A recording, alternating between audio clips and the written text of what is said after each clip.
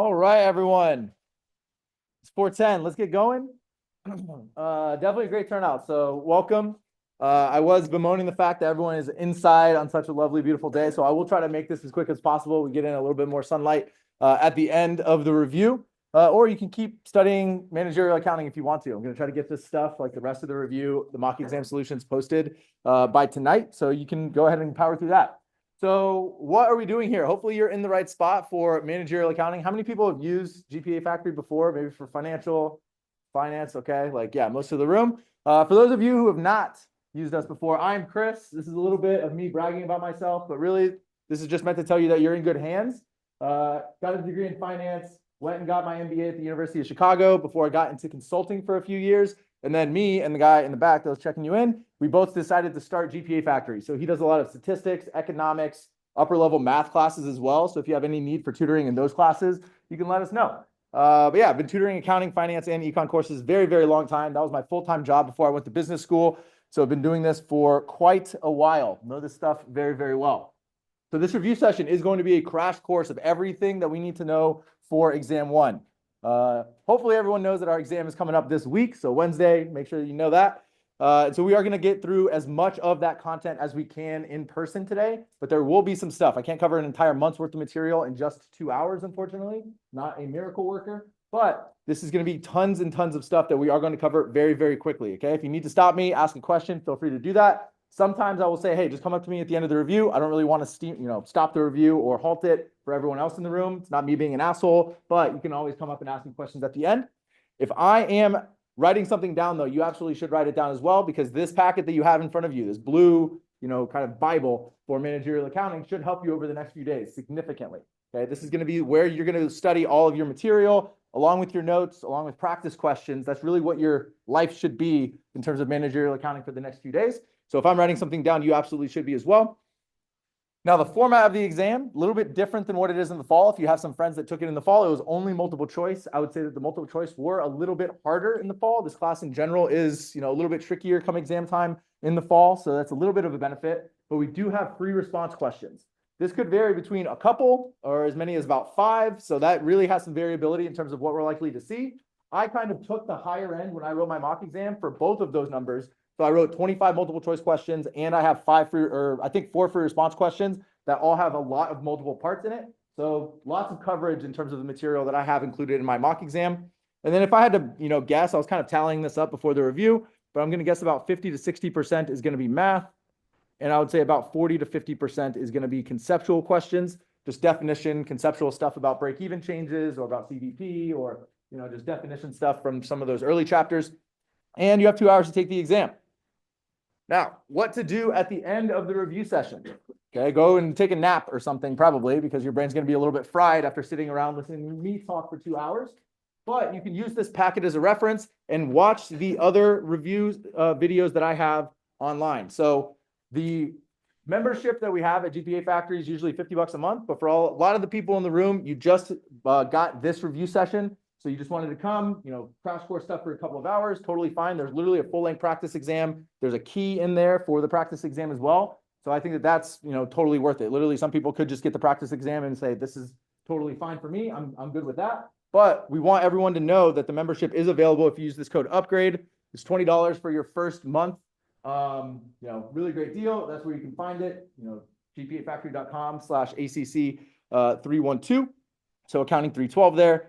But there's tons of practice questions in there, right? So video solutions to the mock exam that are in this packet. There's deep dive weekly review sessions that I have. And everyone who knows who is a member, like those Connect homeworks, become a lot easier if you're watching those videos week to week, because the practice questions I style very similarly to what you're expected to see and what you're going to see on those Connect homeworks. So make sure to look through that. So try out this mock exam. It's already in your packet, so don't have to worry about that. And my weekly reviews, I do come out usually every Tuesday or Wednesday to keep up with your Connect homework. And then really all of this stuff is what comes with that membership. And it's really less than an hour of private tutoring. We charge $80 an hour because we've been doing this for so long. But for less than that, you get tons and tons of videos. Again, weekly review sessions, practice questions every week. And for exam one, I'm going to do these study blitzes. So you can go to gpa.as.me. I just posted those. Those are going to be on Tuesday from both 4 to 6 and 6 to 8. They're capped at 8 people. So first come, first serve for those. I might add some more as those start to get populated. So if those become very popular, it should really just us sitting in a room. You can kind of think about it as at a gym where you have like a small group session where I can give some individual attention to everyone in the room. So you can be working on stuff on your own. I will come up with practice questions kind of on the fly. Whatever you think you need help with on Tuesday should be very helpful. I might open up a couple more on Wednesday, but at that point, I don't really want to have people cramming like literally the hour before your exam. I'd rather you have some time to sit with the questions, kind of, internalize the feedback, look back at your packets and, have a little bit more time. So that's why I've set those up on Tuesday. And you get discounted private tutoring as part of your membership as well. So really a lot of stuff that's available there. And you can ask me questions as well. I know a lot of people are in the group me. That's where you found out about this. So you can always DM me as well. People send me that kind of DM questions all the time. Like I'm working through this old exam question. I don't really know how to approach it. The solution doesn't really make much sense to me. How do I handle that? More than happy to help you out that way as well. Okay. Any questions on what to expect as we move through? All right. So here is just kind of a look of the layout of the website. Kind of has some information, tons and tons of videos here for the weekly reviews for exam 1.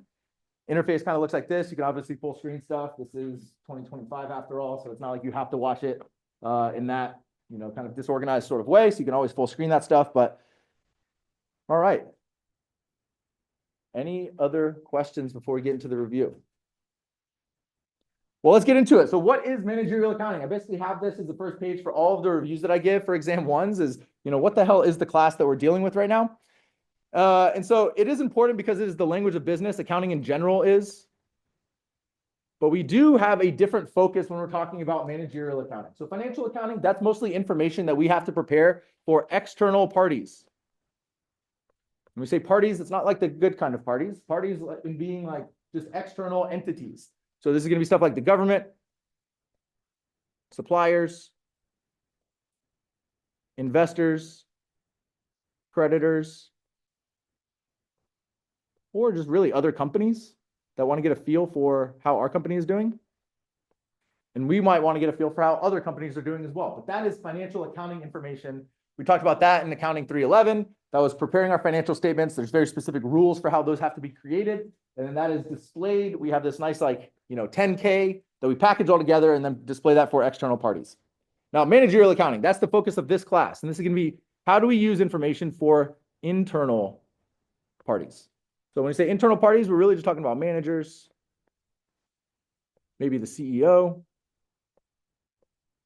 We've got employees, really anyone who wants to use accounting information to help with the day-to-day operations of the company. And then there are 5 major managerial accounting objectives. Again, this is something that you might have to pick out of a list. You might have to pick out of some answer choices. Which one of the following is not one of the 5 major accounting objectives. You might have to define what these different accounting objectives are, but it's going to provide information that's useful for decision-making and planning.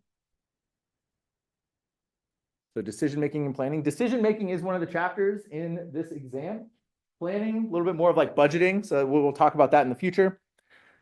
It helps to assist managers in directing, telling people what to do, and controlling operational activities to make adjustments if we need to. So running the org day-to-day is going to be more directing. And then ensuring that the org is operating in the desired way to reach its goals would be more controlling.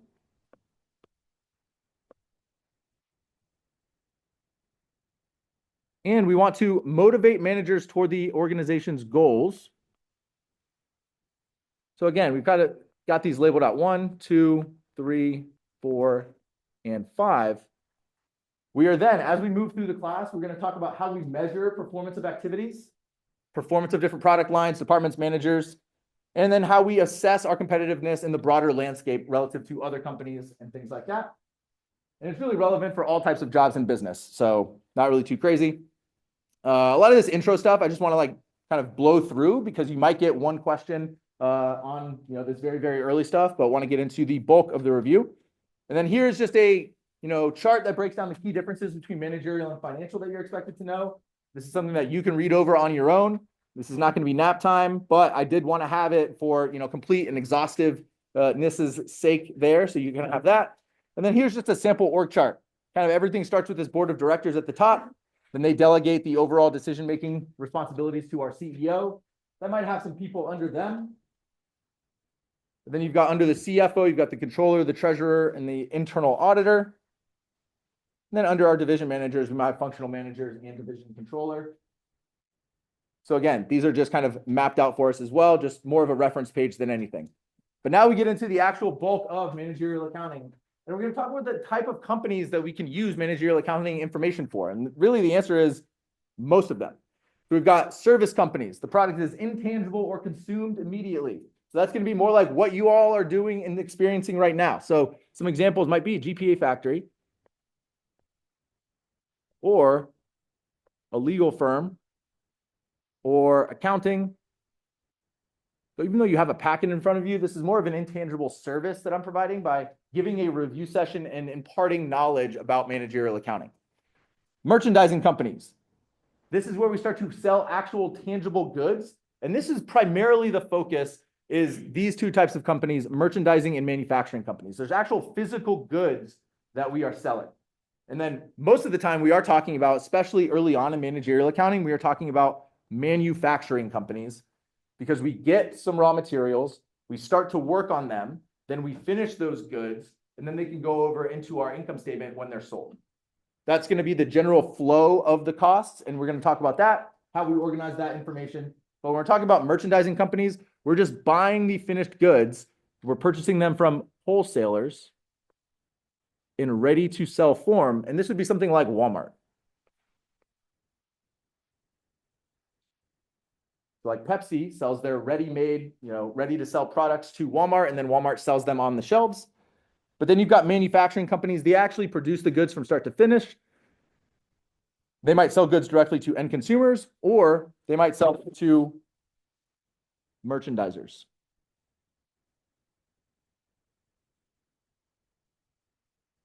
And again, some examples might be Pepsi or PepsiCo. Ralph Lauren, any like clothing manufacturer. There's going to be some common ones there.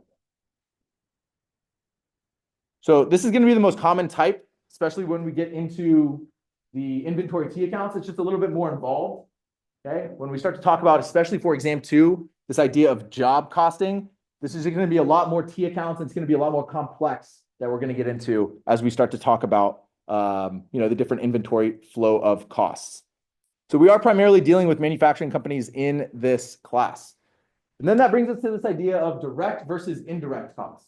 So when we make stuff, I always talk about examples, because I'm hungry. I think a lot of times when I'm making these packets, I talk about making tacos. Like we're a taco truck, or making burritos. We're Burrito Factory, which is over there right next to where we have a little office.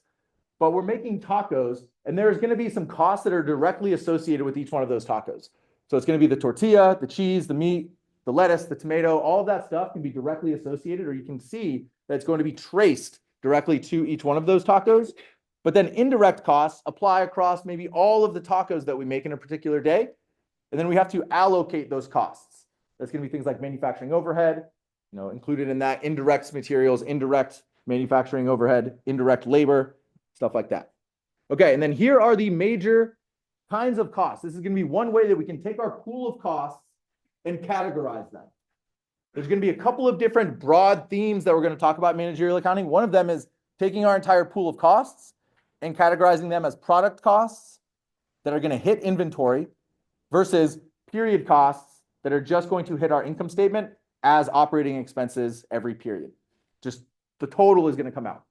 So that's what we can kind of broadly label first is that direct materials, direct labor, and manufacturing overhead, those are all considered what we call product costs.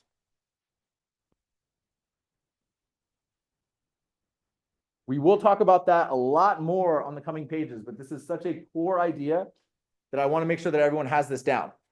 Direct materials. Direct materials are going to be the big things that are involved in making our tacos. So again, I've already labeled them out, but we're going to have things like the tortilla and the cheese and all of those ingredients that go into the taco. That's going to be our direct materials. So we buy it as raw materials and then we start working on some of those tacos, right? Direct labor. This is a little bit tricky. Sometimes there's, some workers in our factory, but this is people that are going to be actually working on the products that we are selling. So if we're making toy cars or something, people that are actually on the assembly line, putting together the wheels that go onto the trucks or onto the cars, that is direct labor. If we've got a janitor that is sweeping the floors inside of the factory and making sure that no one can slip and fall, that we don't get sued, that we don't have to pay any, extra to our employees in legal costs, that would be more indirect labor because they are not actually working on our product. Does that make sense to everybody? All right. So manufacturing overhead, this is really going to be everything else inside of the factory. So we can't just take some of the metal and some of the wheels and like the leather and like however making these toy cars, we can't just take that stuff and then build it in the middle of nowhere. So we have to have like a roof over our heads, right? So we have to pay rent for the facility that we're in. We've got to turn the machinery on. So we're going to have some electricity bills that we're going to run up. We're probably going to have somebody managing all of the other factory line workers as well. So all of these are going to be just overhead that is more split up, or what we call allocated across all of our different products. That stuff is manufacturing overhead. So I like to think about that as the other stuff that's inside of the factory. And then we have everything else. So everything else, these are period costs. And period costs specifically are going to be after the product is made. After the product is made, or at least that's how we can kind of think about it. Some of this stuff is going on at the same time that our products are made, but it's stuff that's not involved in the actual production. So it's not going on in the facility. It's not the janitor that's in the factory itself. It's going to be our selling costs. So those individuals that are, getting sales commissions, or they have a salary to go out and sell these toy cars to, Walmarts, to the Walmarts of the world, or to the toy stores of the world. Those salespeople, that's going to be considered a period cost. Our administrative building. So maybe our CEO is like cooped up in some, penthouse suite in New York.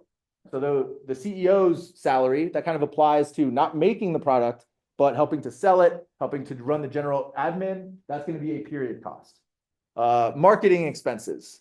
Okay, things that again are happening kind of outside of what is actually being used to make the product. So our legal costs or our accounting department, those are all going to be kind of admin costs. So selling, general, and administrative costs are what we also think about as period costs. All of those are going to be used kind of interchangeably. SG&A, selling and administrative costs, operating expenses, all of those things, again, going to be considered period costs.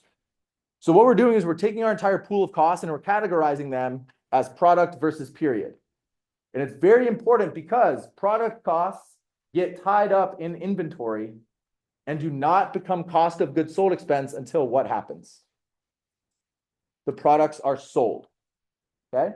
So it's tied up in inventory and then does not hit our income statement until those goods are sold. Very important. Versus period costs are going to always hit our income statement every year. So that's why we have to, the importance of categorizing them appropriately along that dimension. Now, people will get confused a little bit because then as we move forward in the class, I'm just going to kind of preempt this or prime our brains for this.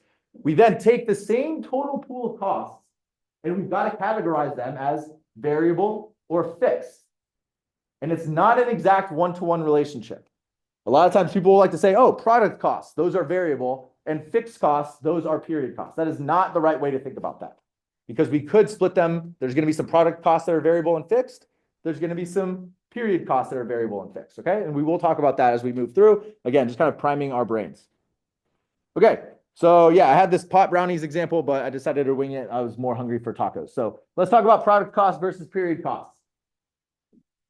Just putting down on paper all of that stuff that I was just talking about. But product costs are a core part of manufacturing the actual product. These are also called inventoriable costs. A little bit of a weird word there, but just means that it's going into our inventory accounts first. So it kind of enters the system through, well, some of them enter the system through raw materials, but then work in process, finished goods, and then ultimately when they're sold, cost of goods sold expense. So any materials, direct materials, any materials that can be traced. When we say traced, we mean directly associated to the production of the goods. So traced can be directly associated with the production of the goods. So we've already talked through some examples. So kind of the taco truck example. We're going to have the tortilla, the fillings, sauces, Jesus Christ, I can't spell. Sauces. All of that would be direct materials. That's not usually too bad for people to understand. When we start to get to indirect materials, that one can be a little bit tricky, but it's not like a super big focus, having to tease out what is more direct versus indirect, but I will mention some of the examples down below. Direct labor, again, labor costs that can be traced. Traced. When we say traced, what I mean is directly associated with, okay? But traced to the people who are actually working on the production of the goods. That one I think is a little bit more confusing because the manager of a factory, would that be considered direct labor? No. That's going to be split up over the entire factory and split up over all of the different products that are being produced. All right, and then we get to manufacturing overhead. This is everything else that goes into manufacturing. So some common examples here: indirect materials, indirect labor, and then really anything that's part of the manufacturing process, like rent on the building or machinery. We're going to have utilities, some factory insurance, maybe. So some examples of indirect materials, some common ones is, let's go back to the toy car example. When we're making toy cars, like the glue that's maybe used to put together the toy cars, like put the wheels onto the frame, that would be more an immaterial amount, or it's really too hard to trace. We're not going to know. We know that there's 4 wheels that go onto each one of these cars, but we don't necessarily know how much paint was used or how much of the glue was used. So maybe glue, nails, if we're like putting together houses, really any sort of like adhesive sort of stuff that might be considered indirect. But a lot of times you're just going to be told, hey, this line item is indirect materials. And then indirect labor. This is going to be like factory maintenance crew.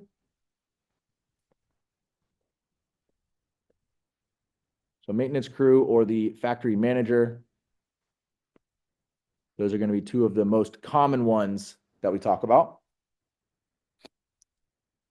And then our product costs. So now that we've got an idea of direct materials, direct labor, and manufacturing overhead, our product costs flow through our 3 inventory accounts: raw materials, work in process, finished goods.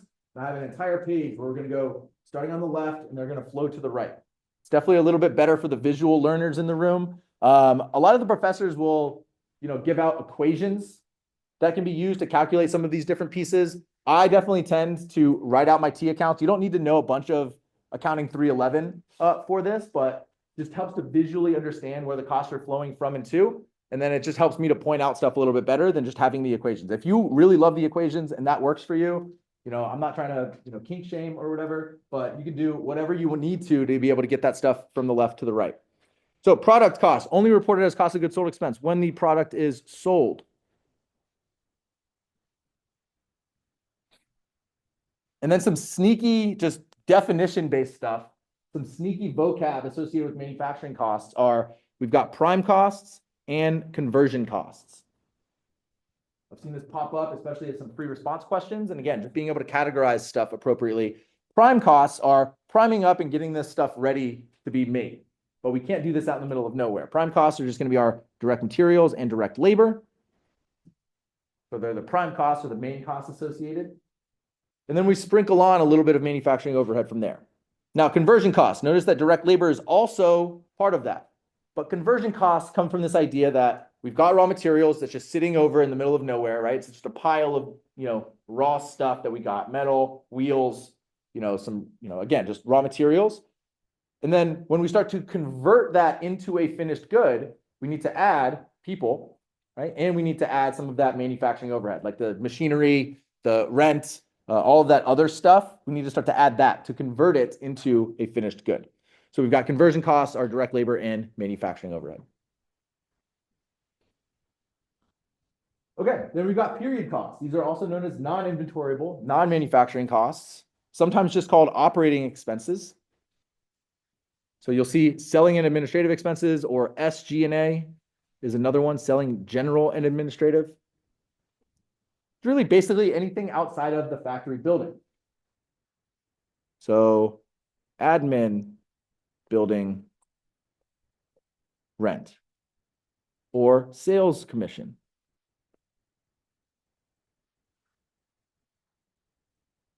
Marketing expenses. These do not flow through our 3 inventory accounts. These are just going to be reported as selling and administrative expenses in the period in which they are incurred.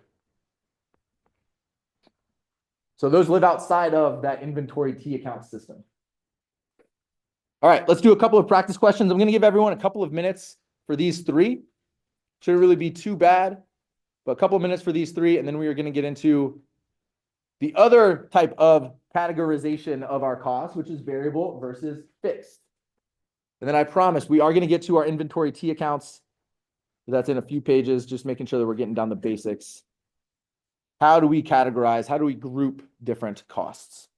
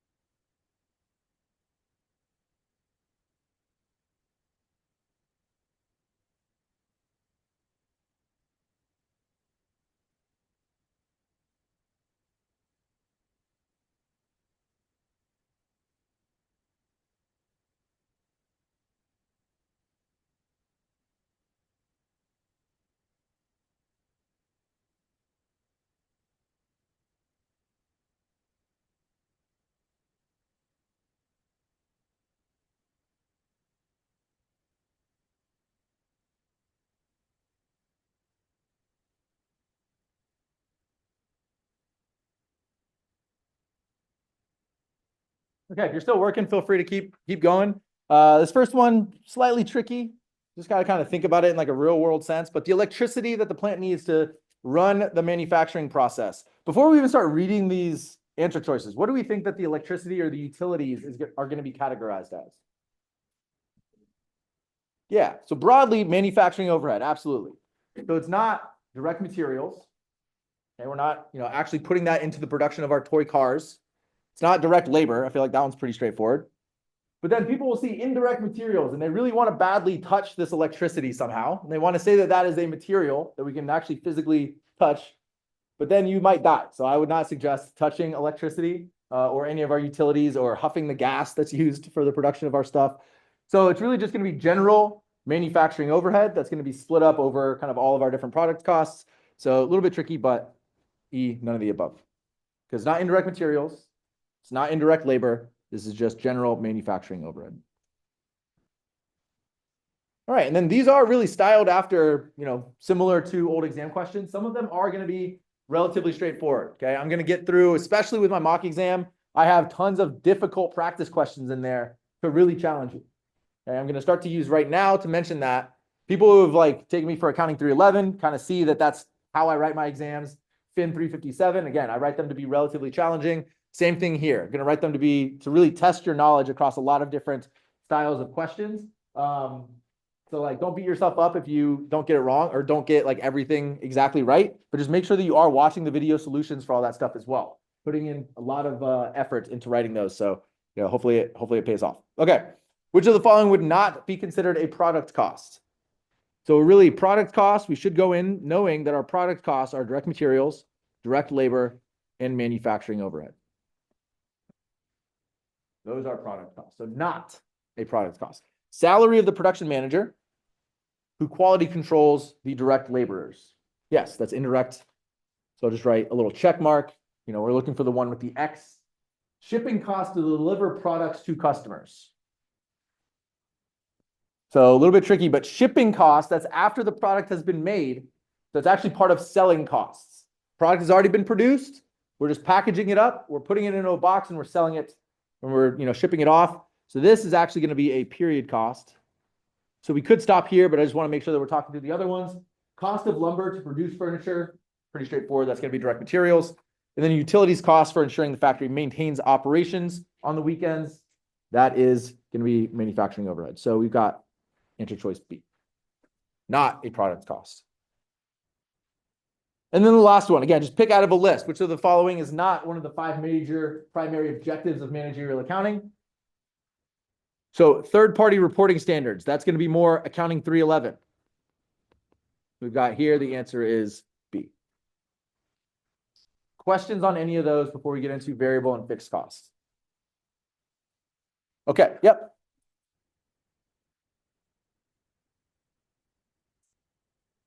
Part of the company the product could be like the product and how it's delivered. Right. So it's not actually involved in the manufacturing process. So you can think about that as like the facility. This is more, having that good distribution network is more of like good selling, right? It's like, you can think about it from Amazon's perspective, the fact that they are able to deliver in just one day, that has nothing to do with how they've actually made their products or manufactured them. It's more just, good customer service after the fact to make sure that people are getting it quickly. Yep. Because it does have the word product in there. So you're like, okay, it's involved with the product, but it's not with making it. Yeah. Okay. Variable versus fixed cost. Very, very important. And again, we're going to go back to our taco truck example. You will see that as a theme. But the entire idea here is asking yourself the question, does the production of more units increase our costs? And I like to think about it kind of in extremes. Like if we make 0 or 1 tacos versus if we make, 500 to 1,000 tacos in a particular day, which costs are going to potentially increase depending on those kind of extreme cases. So when you think about variable costs, these are going to go up proportionally as we make more units. So you can think about, again, those tortillas, the fillings, but then also our, wages of our laborers. And to think about the wages of the laborers, that's also going to be something that, is a little bit tricky, but I like to think about it if we have 0 tacos that we expect to produce, right? We are not going to have any tortilla costs, no fillings costs, no sauce costs, and we're not going to really need anybody making the tacos either, right? So we're going to have 0 of those costs versus if we're making 1,000, we've got to hire 10 people to be able to put those tacos together quickly, okay? So those are going to be variable. Fixed costs stay the same regardless of how many units we produce. Some classic examples here are going to be rent or insurance or depreciation on equipment.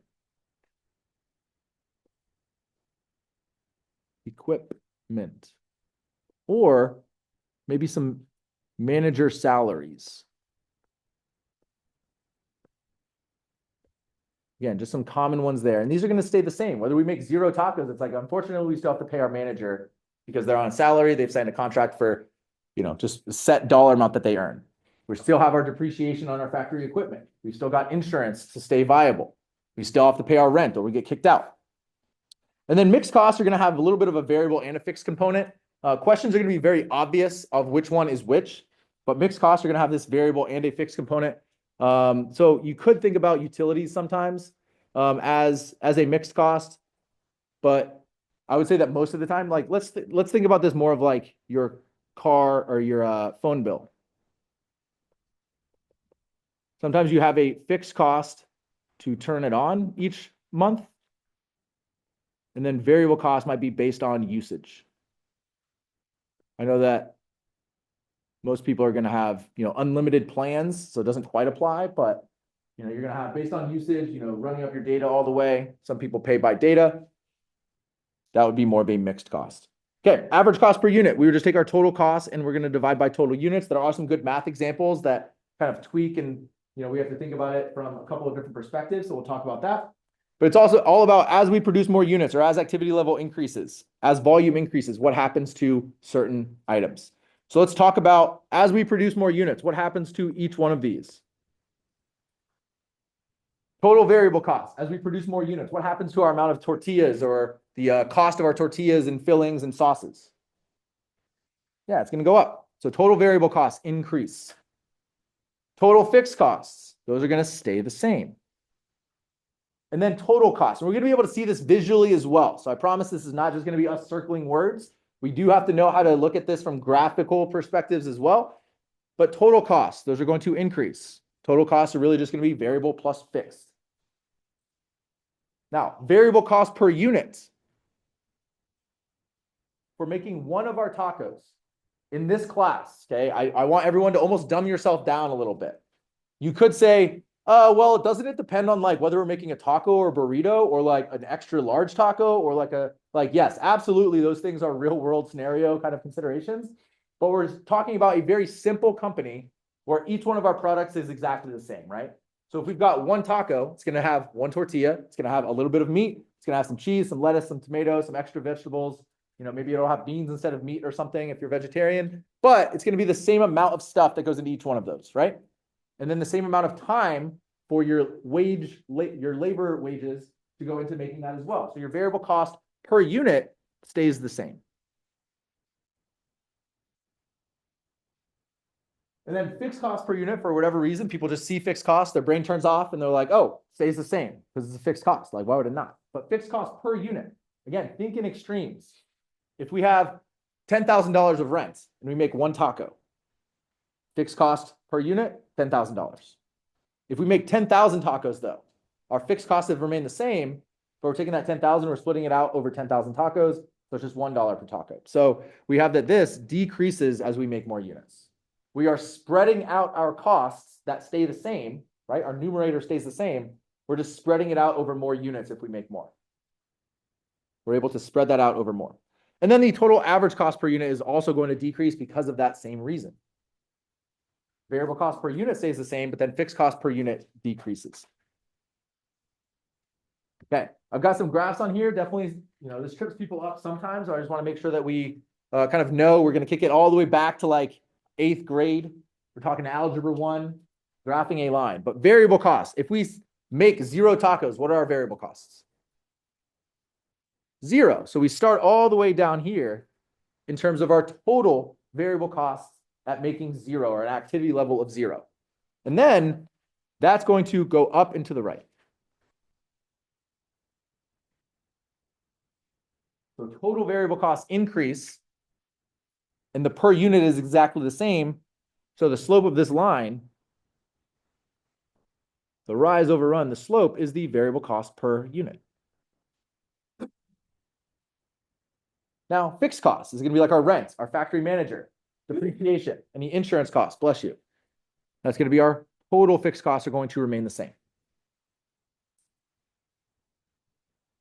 And then when we combine those two, not really too bad, but if we have 0 tacos, we still have all of our fixed costs. And then it's going to go up and to the right. And then what's the slope of that line? Still the variable cost per unit. Because we have our fixed component is exactly the same, so that's just slope of 0, but this is still a slope is our variable cost per unit.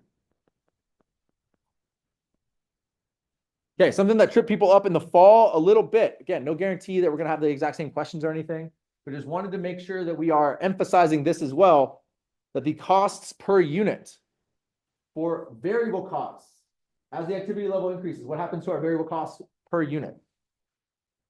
They stay the same, remember. So we're going to have just what is the cost per individual tacos? Because the way that question was worded in the fall a little bit was kind of which 2 graphs might look the same. And we would have variable cost per unit because it's flat and straight across, right? Fixed costs, total, flat and straight across. So you can kind of mix and match these a little bit to see like which ones might look a little similar, but this and this, you know, without having like numbers to the graphs, like you kind of see that they look the same. Okay. Fixed costs, again, per unit are going to start to go down. So they're going to start way up here, like kind of starts at infinity at 0 because we're divided by 0, but not really going to start up there. We're kind of have something like this, that our fixed costs per unit go down over time. They decrease.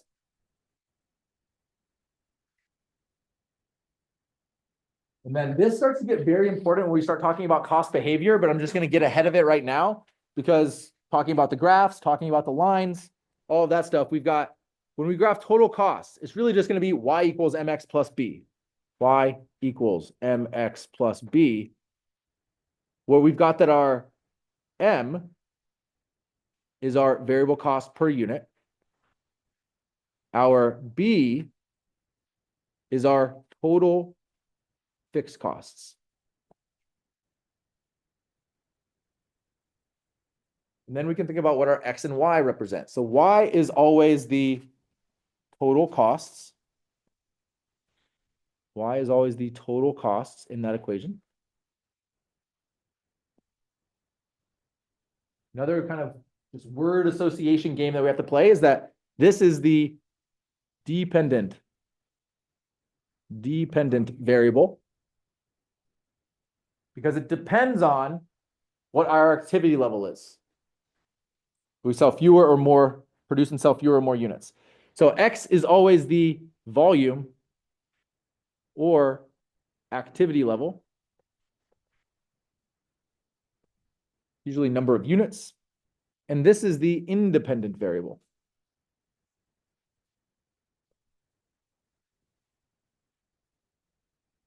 The y-intercept is always the total fixed costs.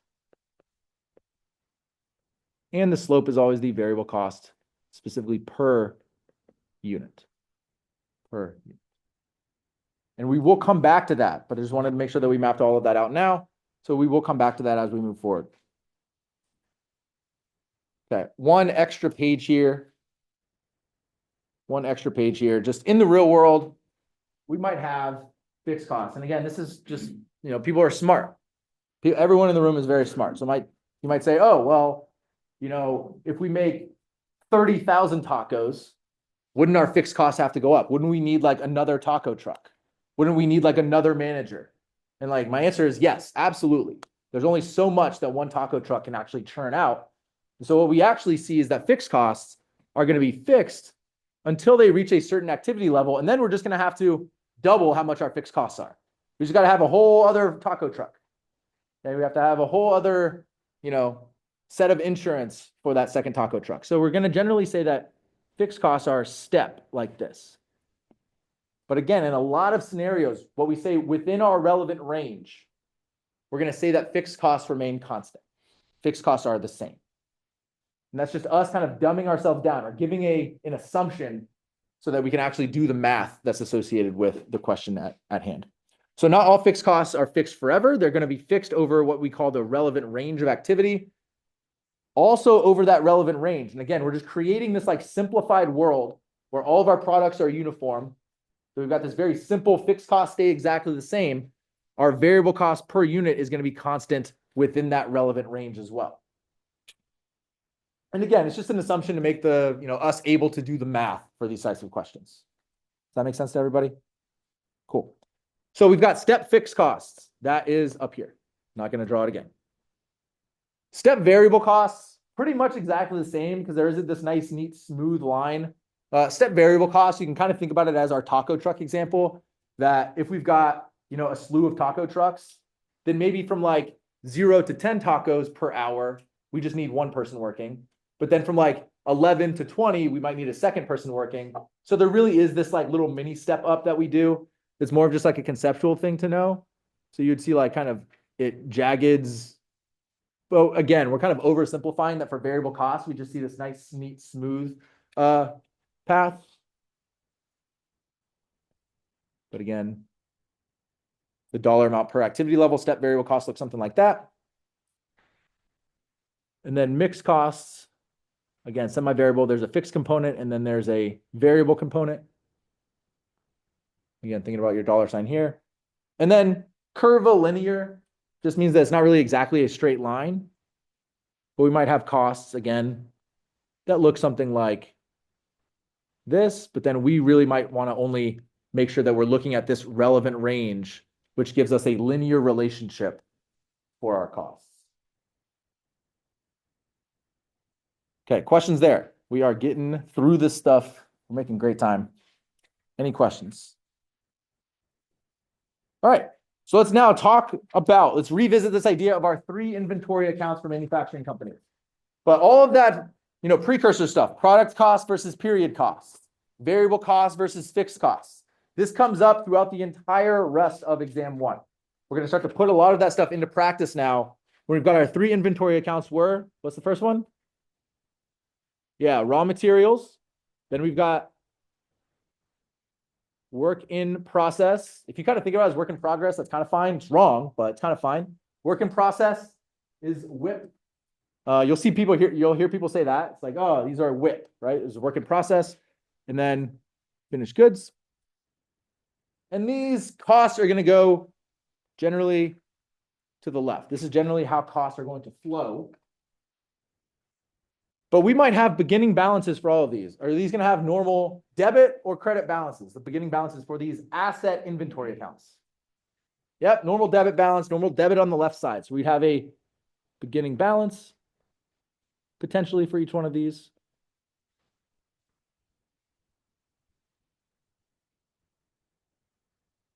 And I will just kind of star WIP. I'm just going to star WIP because there's just more stuff going on in WIP. So let's talk about, we've got I want everyone to think in on the left, out on the right. Okay, in on the left, out on the right. The debit and credit rules, even using T accounts, not as much of a focal point as it was for accounting 311.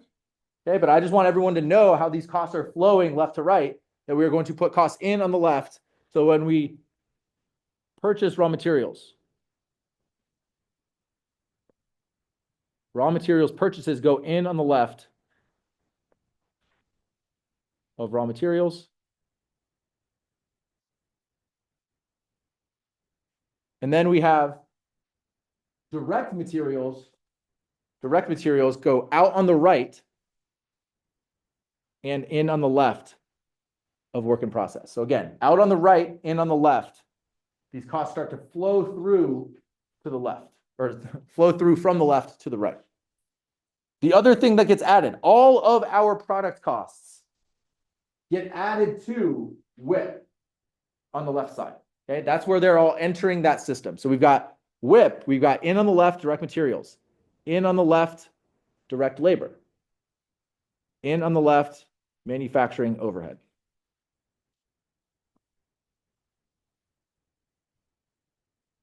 So these taken together, we call these total manufacturing costs.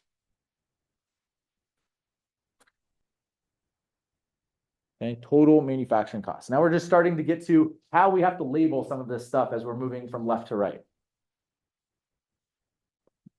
Now, people will say, like, where does manufacturing overhead come out of, right? Where is that accompanying credit? And really, we talk a lot about that on exam 2. So really, there's this manufacturing overhead control account. I'm just going to kind of say that. We don't really need to know where the hell it comes from for right now. Just know that I'm not like an idiot. I know that debits have to equal credits. There is something else going on there. But for right now, you can just say that it's, us paying like our wages, right? And so we'd have, we'd be keeping track of the fact that there's, wages payable, for example, would be the credit, or, cash would be the credit for us to pay for this manufacturing overhead. That's how you can think about that. Same thing with direct labor. There might be wages or wages payable. That would be the accompanying credit. Okay. And then we keep moving over to the right. And what is going to be this amount that goes out on the right and then in on the left of finished goods? Cost of goods manufactured. Exactly right. So I want everyone to keep that straight from cost of goods sold. People's brains start to a little bit trail off. They'll say, attention span's a little bit low in the TikTok era, right? We've got cost of good. You're like, oh, cost of goods sold, done. Like your brain starts to stretch down. You think that it's the exact same acronym. We've got cost of goods manufactured is specifically this amount that goes out on the right of work in process and in on the left of finished goods for this period. Cost of goods manufactured. So you need to know that Not only do you need to know how to calculate that, you've also got to know if a question gives you a line item and it says cost of goods manufactured is X. That is specifically that amount that goes from WIP over into finished goods. Everyone good with that? All right. And then ultimately, we've got COGS, which is not an inventory account, but that's where these things are flowing toward. This is the general flow of stuff where we would have COGS goes out on the right and on the left of COGS. And that is once those goods are actually sold. And then all of these things could have ending balances as well. I'm not going to write all of that stuff in, but we have all of that organized down below as well. So we've got total manufacturing costs. This is direct materials, direct labor, and overhead. That's added to WIP for this period.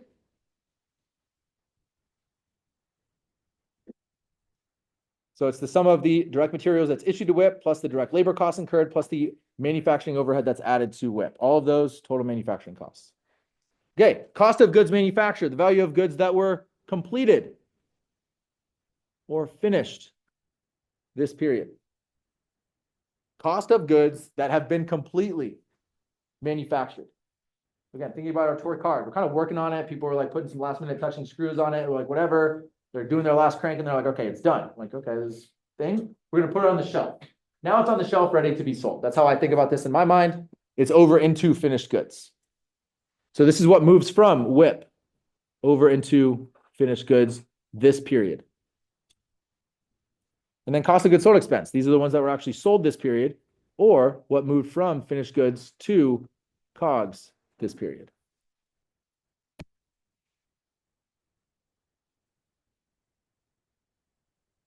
So raw materials, WIP, and finished goods are all on the balance sheet. COGS is on the income statement.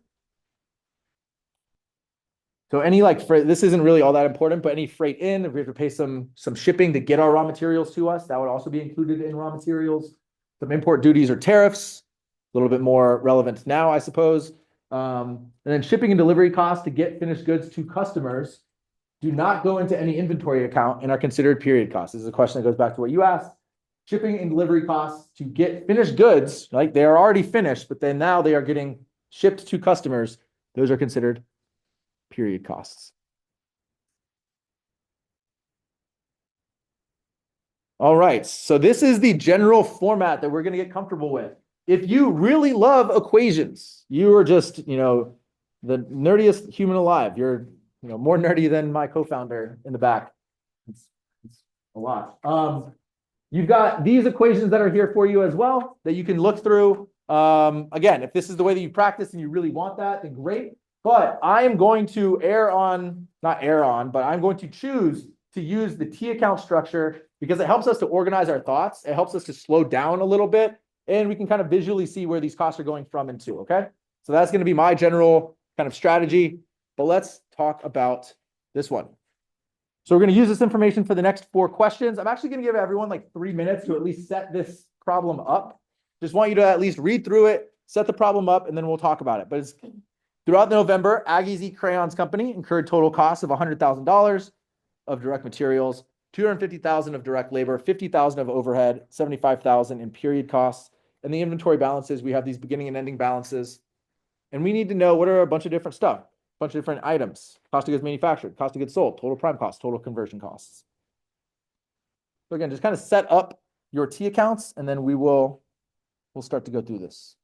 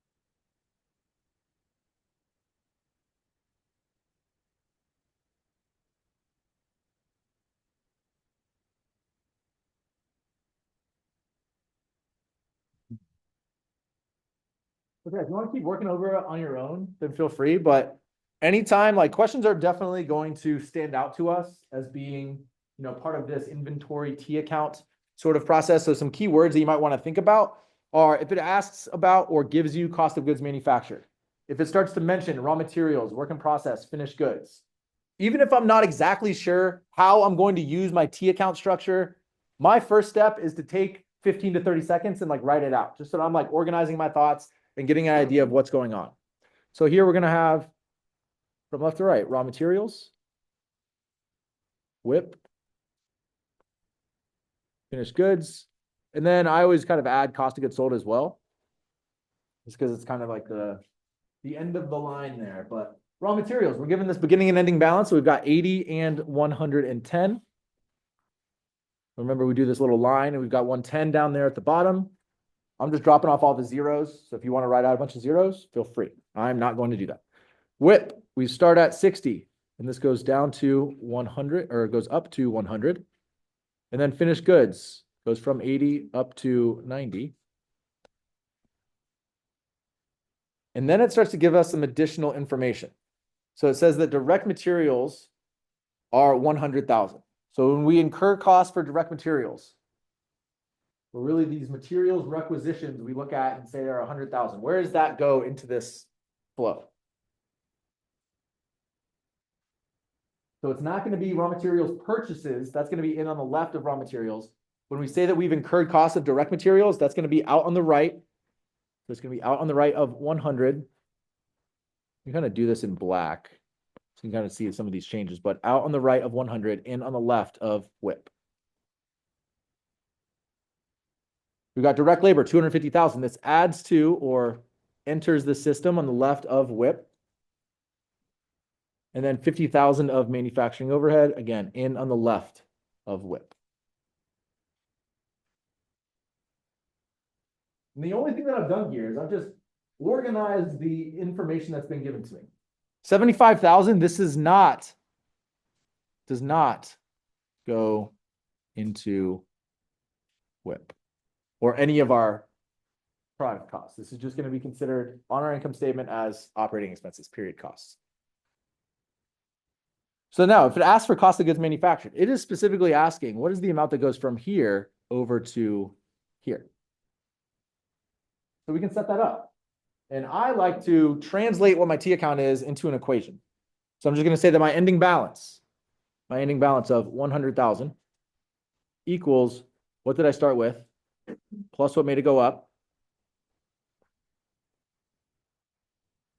minus what made it go down, which is cost of goods manufactured. So 60 plus 100 plus 250, 60, 100, 250, 50 minus 100, got 360,000 as my cost of goods manufactured. I was asking for COG M, that is specifically how much goes from WIP over to finished goods.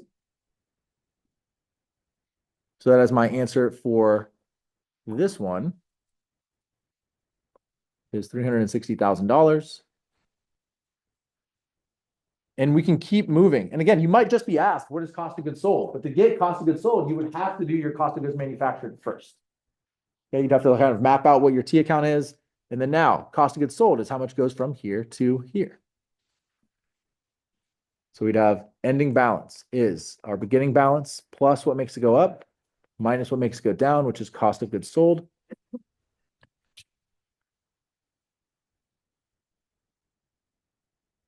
That's 350,000.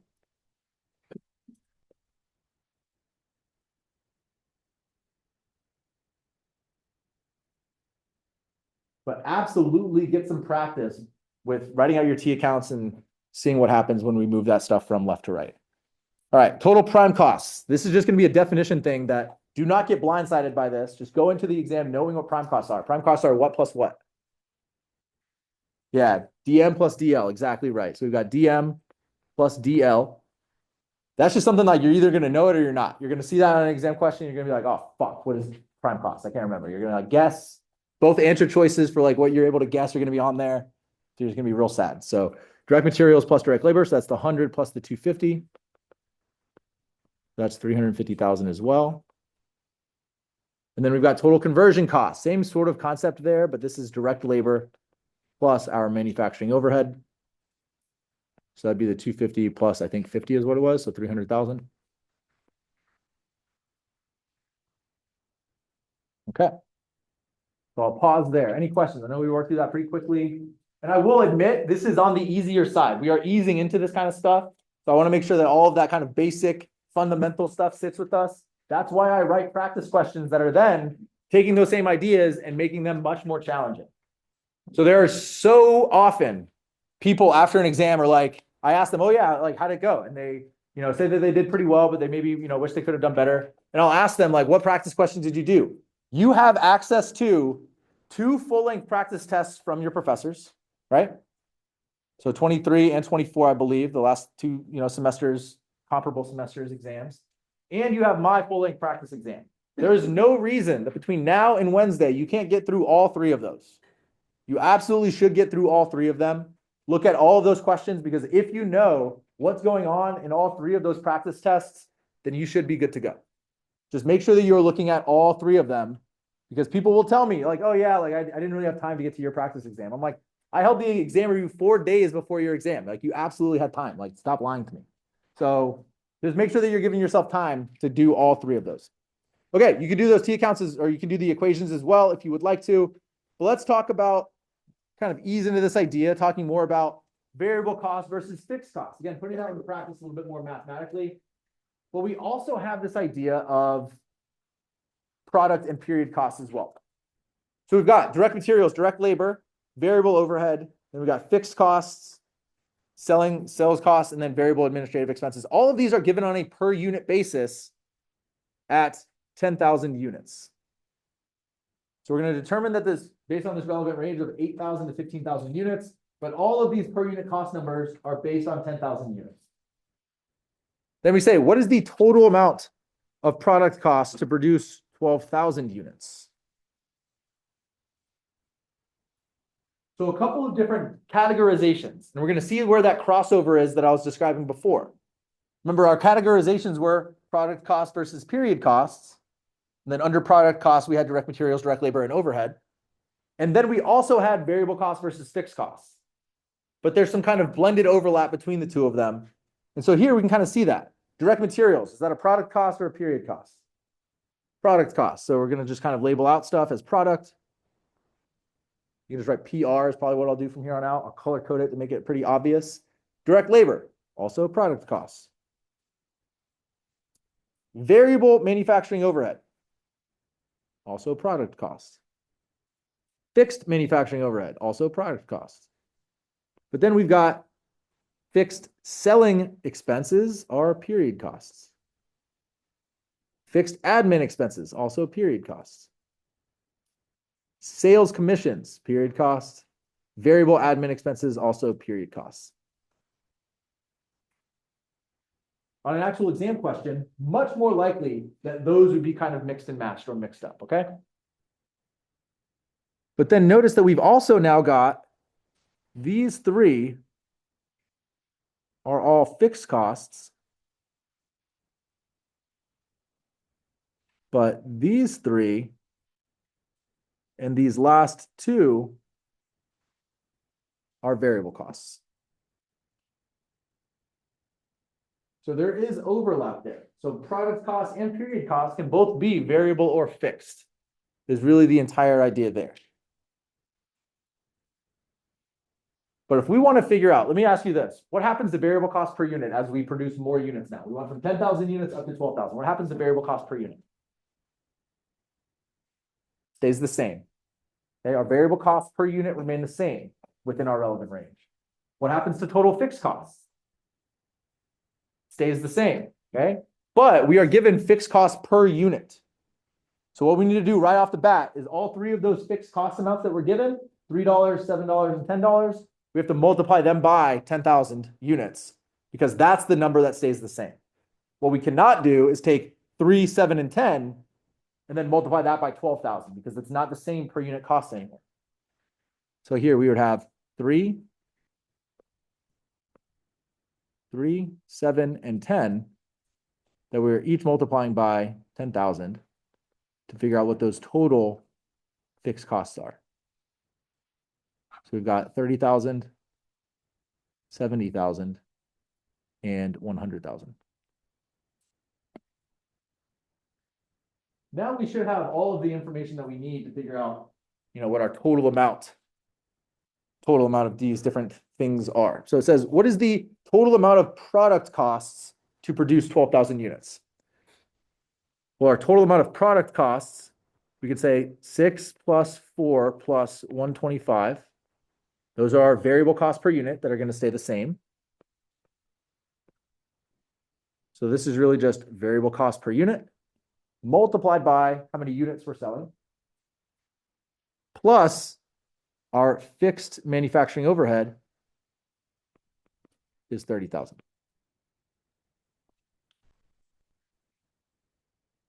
So 1125 times 12,000 plus 30,000, we get $165,000.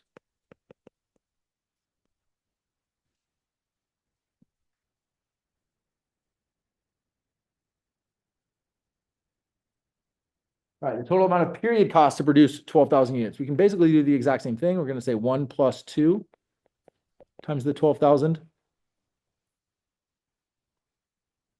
And then plus the 70,000 plus the 100,000.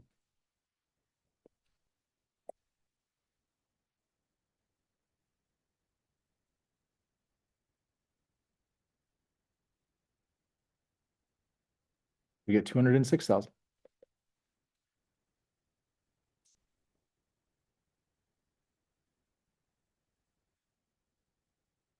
Okay, the total costs to produce 12,000 units. It's really just going to be that 165 plus the 206.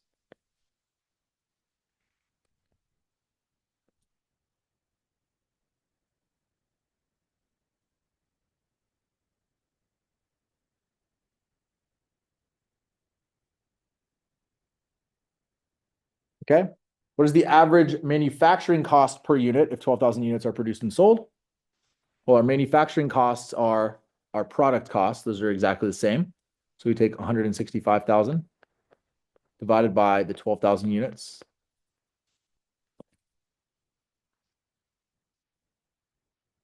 We get $13.75. Average period costs, 206,000 divided by 12,000 units. We get 17.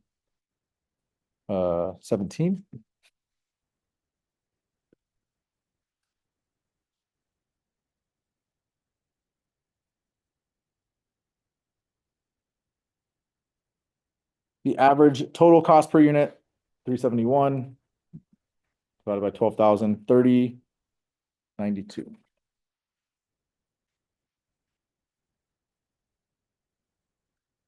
Okay. Any questions on that?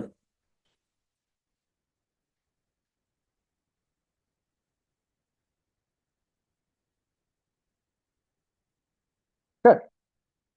So definitely try to knock out calculating total fixed costs first, then we can deal with volume changes later.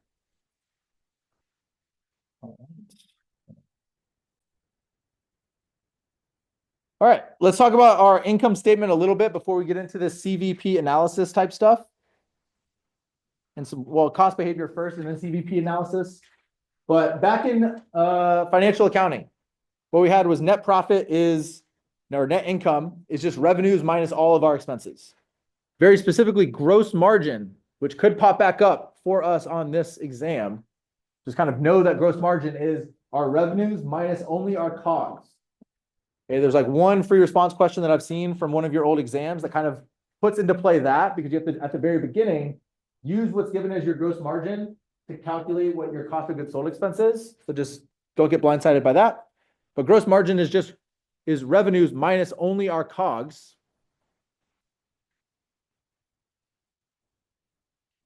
And then our operating profit would be our gross profit minus our period costs. Okay, managerial accounting perspective. We're going to flip this around a little bit. We're going to have this idea of contribution margin per unit. So we have, again, our taco truck example. Maybe we sell each one of these very high quality premium tacos for $5 each. These are the most expensive tacos. I guess tacos these days are actually super expensive at Portuguese and whatnot. But we've got sales price minus our variable cost per unit, because our variable cost per unit just right off the top is getting taken off. To make that product, we have to have the time of the people that are working on it. We have to have all of the materials that go into making that particular product. And then we've got to have some electricity to like run the machinery to make our product as well. But just right off the top, we're just subtracting off all of our variable cost per unit. Our contribution margin is how much of our revenue is left over to contribute toward paying off our fixed costs, or at some point helping us earn a profit. So we're going to transition from tacos to burritos, where we're selling these burritos for $10. We have all of these different fillings, all of our tortilla, meat, cheese, maybe the labor that's added, the electricity that's required to like run the taco, like burrito press for our tortilla. All that stuff is $4. Our contribution margin per unit is $6. So for each one of our burritos that we sell, we have $6. After we've subtracted off all of our variable costs, we've got $6 that can go toward covering our fixed costs. So it starts to eat away at our fixed costs. It starts to eat away at our rent and our manager's salary. And so hopefully we've got that completely done and that's knocked out to then start to help us earn profit per unit. So the contribution margin ratio would be 60%. And within our relevant range, what happens to our contribution margin ratio? Should stay the same, because our variable expense ratio is just describing our variable expenses as a percentage of our sales revenue. So if we know that we're starting with 100% as sales revenue, right? $10 per burrito. If we're chopping off 40% of it, that's going to be chopped off of every single one of the units that we make. So we can look at that from an individual like burrito perspective or from a total revenue perspective as well. Then if we sell 1,000 tacos, we've got $10,000 as our sales revenue. Well, we're going to subtract off $4,000 as our variable expenses. So we're left with $6,000 as contribution margin total. So that same ratio should stay the same regardless of what our activity level is within our relevant range. So total contribution margin would be sales minus our variable costs. And then once we get our contribution margin, we subtract off our fixed costs, and that would be our operating profit. When we actually bring up CVP analysis, I also will layer on taxes, but we'll just wait to do that in the future. For right now, just kind of think about it in this very simple way. We start with sales revenue, we subtract off variable costs, we get contribution margin, subtract off fixed costs, that gives us our operating profit. All right, cost behavior analysis. So very much a direct extension from the equation of a line that we mapped out before, where we're really as an end goal trying to map out what our y equals mx plus b is for whatever costs we're looking at. So what is the variable per unit cost? What is the fixed component? And there's different ways that we can do that.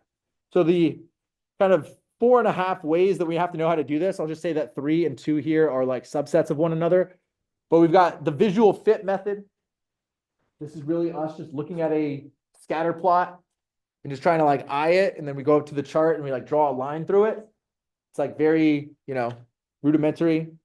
But the benefit is this helps us identify outliers. This is, I've like put these benefits in here because that's how I've seen these pop up on old exam questions as well, is, what are the benefits of some of these things, some of these different methods for analyzing costs? Because on face value, you're like, no one would do that. Like, that is just not mathematically rigorous enough. You're going to be making too much money out of college to like just draw a scatter plot and then just like, squint an eye and just like draw the line. Like, nobody's going to follow your, directions from that. But it does help us to identify outliers. Like, we might just get a scatter plot and notice like, holy shit, like these 3 months over here, like are just way out of left field. Because we might be looking at the last like 10, 20 years of data. So it might help us to identify some stuff. So it's a little bit useful in that regard. We've got regression analysis, which is least squares regression. We might have to be given an output on an exam. So we don't actually have Excel access on our exam. So we don't have to like do this. but we have to look at an output and pick out what variables we need to draw our y equals mx plus b, or, write out or express that line. This is the most accurate method. It's much more quantitative and rigorous than all the other methods. Multiple regression just means that we're using one dependent variable that's linked to multiple input variables. You can email Andy@gpafactory.com if you want more kind of discussion of multiple regressions. Not really anything that you need for this class, or you can just, email them to say hello. High-low method. This one, again, super simplistic. You would never do this in your actual job, but for a very small company like us, we might want to do something like this. But high-low, you're just looking at the lowest and highest activity level, and then those are the 2 points that you're going to use to then draw the equation of a line or calculate the equation of a line. Okay, not really too bad. Hopefully we get like 7 on our exam that are high-low method. No, more likely we'll get 1, but high-low method, very straightforward. Just make sure that you know how to do from 2 points to the equation of a line, which we'll talk through. This is a little bit faster than regression, I'd say. So it's just, again, for smaller companies, if we're like strapped for time. And then we've got account analysis. Account analysis sometimes is called account classification, but we're going to look at all of our different types of costs, and we're going to categorize them and identify whether they're variable or fixed, and then add up all of those to create our equation of a line. So the benefit is that this is a detailed review of each account, but this is time consuming. And it's very built into it is a lot of bias, because we might have people that have been around the company for 10 or 20 years. And so they have all of that prior knowledge, which is great in one regard, but they also might not be as flexible to update for new information. They might say, oh, we really need a high quality programmer. And those are like, $250,000 a year. And it's like, nah, they're like a lot cheaper now. I don't know what you're talking about, Jeff. You're an idiot. So this might that they've been around for a long time. So they might have an unrealistic expectation of what these different costs are. Okay, this you can read over on your own. Let's go into visual fit. So we've got this visual fit method.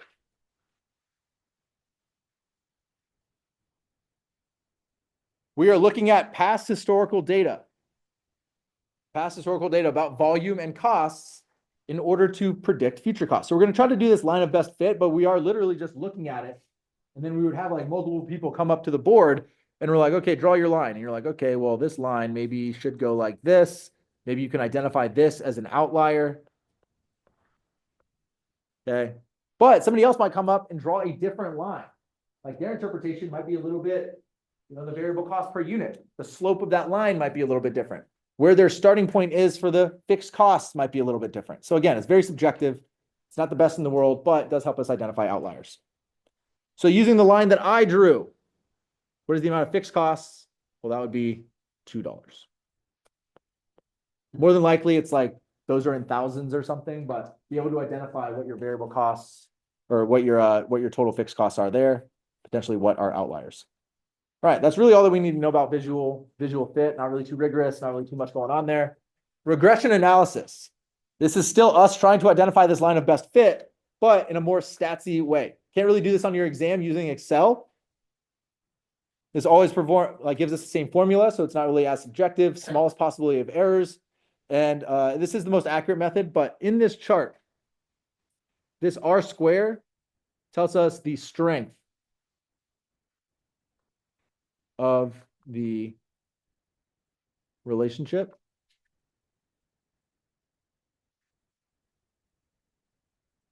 The closer it is to 1, the higher the strength.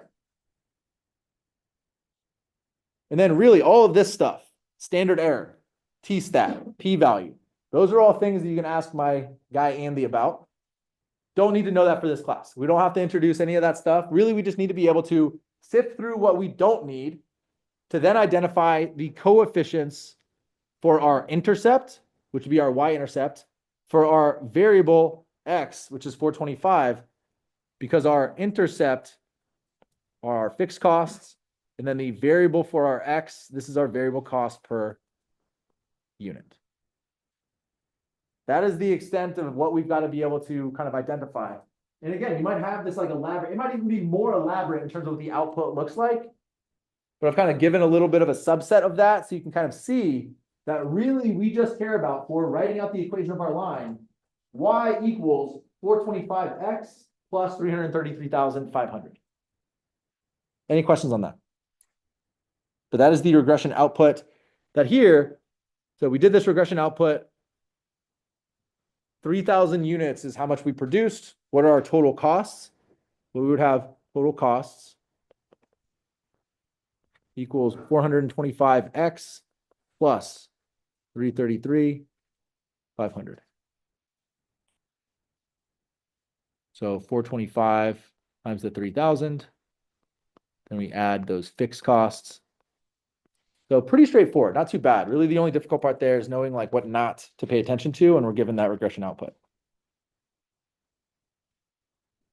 So 1,608,500.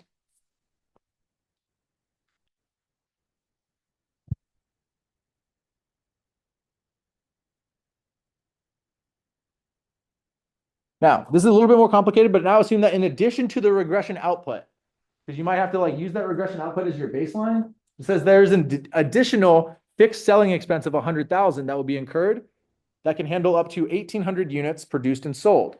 What is the new total cost at an activity level of 3,000 units? So how many of these additional fixed selling expenses do we need?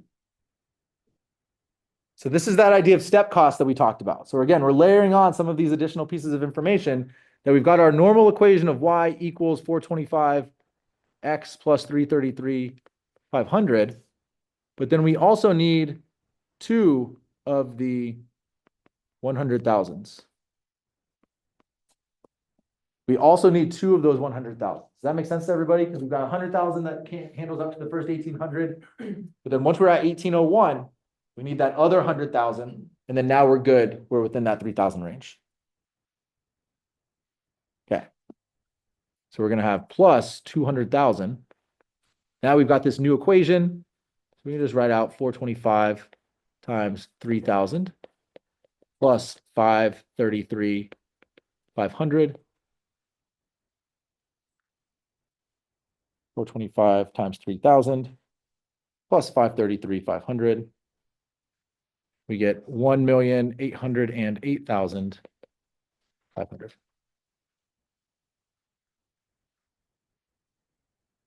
Okay, I'll pause there. That is probably, the trickiest that we've done so far, but any questions there?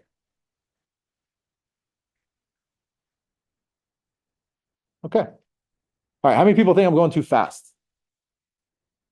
Yeah, probably too slow? All right, you're all liars, but just kidding. We are getting into the high-low method now. I'm just going to assume that the pace is pretty good. Again, stop me if I'm going too fast or if you think that I'm kind of, brushing over things a little too quickly, but let's get into the high-low method. And again, if you do like 2 or 3 high-low method questions, you should be good to go. They could layer on the same sort of thing that we just talked about in the previous one, where we do some high-low calculation. We have our equation of our line. And then it says, oh, but for next month, our fixed costs are actually, we know are going to be a little bit higher. Or our variable costs per unit are going to change by a little bit. So just make sure that you are kind of doing your equation of the line by looking at your highest and lowest activity level. So we've got this company manufactures furniture, and we have January through June of information that's given. And so when we're trying to find the equation of our line, again, we are doing the high-low, the high and the low activity level, not the high and the low total costs. High and low activity level, so your X, not the high and the low total costs. So here we'd identify the lowest looks like May, and then the highest looks like March. Again, highest and lowest activity level. I don't really see very often that they're trying to trick you. So a lot of times you will see that it doesn't matter which one you're looking at, but technically you are supposed to be looking at highest and lowest activity level. So then I'm just going to write out what my 2 points are.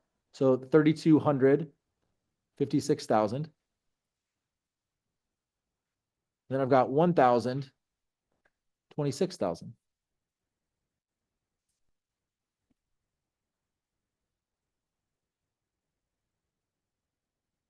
So step number one is we are going to find the slope. Because the slope of our line represents what? I think I heard it. Variable cost per unit. So this is going to be our variable cost per unit. So y minus y over x minus x, 56,000 minus 26,000 divided by 3,200 minus 1,000.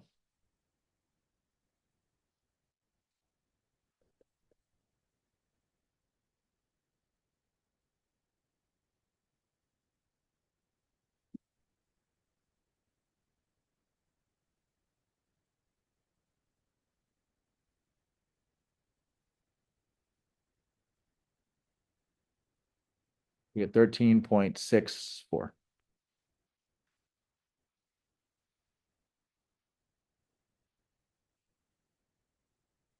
Then 2 is going to be plug into either point.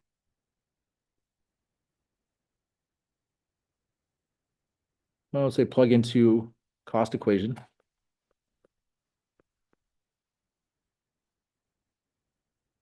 Say either point to solve for fixed costs. So we would have that our total costs, I don't know, I'll pick the second one, 26,000. Doesn't matter which one you pick, but 26,000 equals, I'm going to put the unrounded. So it's really 13.636363. So 13.63 repeating times 1,000 plus our fixed costs.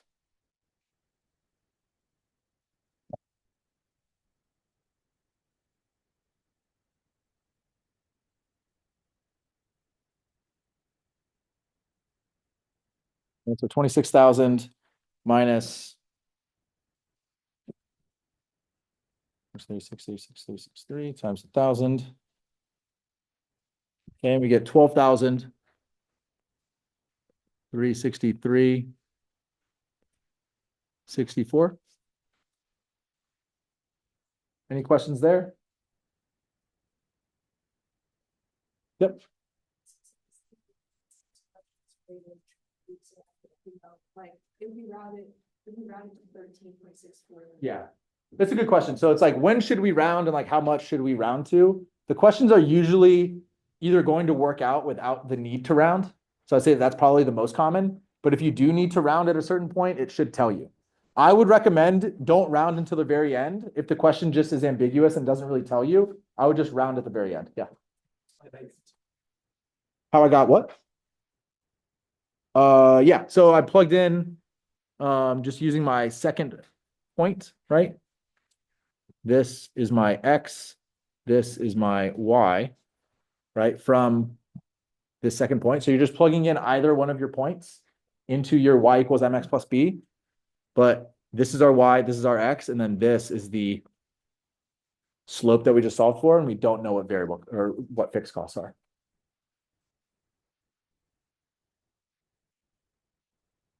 Okay, so then you've got what the total cost equation for the company would be Y equals 13 point, again, if we're rounding 64X plus, and if we didn't round until the very end, 12,363.64. But again, just pay attention to how it asks you to round, because there are, usually it will say if you need to round your variable cost per unit to the nearest cent before continuing on and doing other calculations. All right. Okay, so this is just a summary page for all of your cost estimation methods before we get into CVP stuff. So again, we are making great time. Probably another 20, maybe 30 minutes left. I know we started 10 minutes late. If you have to go, you're not going to bother me. Just, slip out. But any questions wrapping up those cost behavior stuff? Okay. CVP. This is tricky, both from a conceptual standpoint for some students. The math gets a little bit tricky, but at the very beginning here, we are going to kind of ignore income taxes. So suppose that we run a business selling 40-ounce bottles of beer and we have variable cost per unit of $6. We've got fixed costs of 40,000 and a price of $10. So how many units do we need to sell in order to break even? Well, we're going to have our profit equation. Profit. And again, we are ignoring taxes for now, but profit is our sales or sales revenue minus our variable costs minus our fixed costs.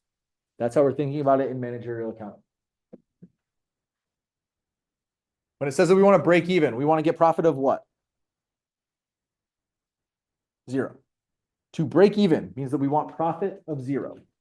So we're going to say, how many units do we need to break even? Profit of 0. Our sales. We might either be given total sales, or in this case, we have selling price of $10 times how many units we sell. That would be our sales or our sales revenue. Minus what we know about variable costs. Variable costs are $6 per unit times our number of units. And then our fixed costs are just the 40,000.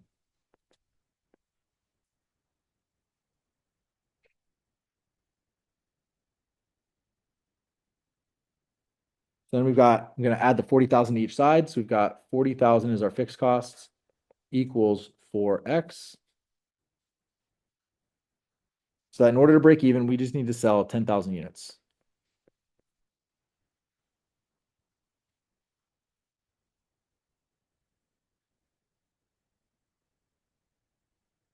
Okay, that is kind of the simplest way to outline what's going on with break even, but it does start to get a little bit tricky with students when we start to think about it from a revenue perspective. It says, what is the total dollar of sales revenue that we need in order to break even? Well, if you're able to, you can use the equation that we just did. We're taking our fixed cost, dividing it by our variable cost or our contribution margin per unit, and we get that 10,000 units, okay? So once we have those 10,000 units, we can multiply by our $10 and say that that's 100,000 in order to break even. But I want to express that in a slightly different way that's useful for some conceptual questions, that's useful for just thinking about it in a slightly different way, is we are again starting with 0 as the profit that we want to earn. And we've got sales. Well, what is true of our variable expense ratio and our contribution margin ratio as our volume changes? What's true of our variable expense ratio and our contribution margin ratio? So if we have this one 40-ounce bottle of beer that costs $10, and we know that we're subtracting off variable expenses to then give us our contribution margin, right? Translating that to percentages, what is our variable expense percentage? 60%. So every time that we've got a sales revenue number, we know that we are subtracting off 60% to give us our contribution margin. So that means that we're left with 40%. So the way that I'm expressing my profit equation here is, relying on that fundamental truth. So that if we're taking our sales, all of our sales revenue, how much are we subtracting off as variable costs as a percentage of sales? 60%. So we can subtract off, or we can express our variable costs a separate way rather than just being pigeonholed into only being able to express it as $6 times X. We can also say that our variable expenses are 60% of sales revenue. That one important fact is something that I think just really confuses students, that we can express variable costs as either $6 times our X, but if we don't know X and we just know sales revenue, we can also express it as 60% of sales revenue. Does that make sense to everybody? Okay, because then now we can subtract off what we know is our 40,000. But our dollar amount of sales revenue in order to break even, that is what we are searching for here, right? So we are expressing sales revenue just as a total. So total sales revenue in order to break even. But we take sales minus the 0.6 of sales, we're left with 0.4. We're left with our contribution margin ratio. So we again add 40,000 to each side. So we've got 40,000 equals 0.4 times our sales. This right here is our CM ratio. That is our CM ratio. And this is helpful when we start to look at, I'm going to end up bringing back up our shortcut equations in a couple of pages. But this is really what it comes down to. If we want to know break even in units, it's going to be our fixed cost divided by, right? Our fixed cost divided by our variable cost per unit. If we want break even in revenue, it's going to be our fixed cost divided by our contribution margin ratio. So we get the 100,000 there. So that's $100,000 of revenue, regardless of how we kind of think about it. Some questions are going to, be easier or kind of have us think about that relationship over on the right. And that is specifically for break even. If we don't know what that sales revenue total is, we can express that. We're subtracting off 60%, so we're left with 40%. Okay, so what is the profit that we earn? We're going to use the next two questions to kind of illustrate something. So to break even, we had to sell 10,000 units, right? So to break even, we had to sell 10,000 units.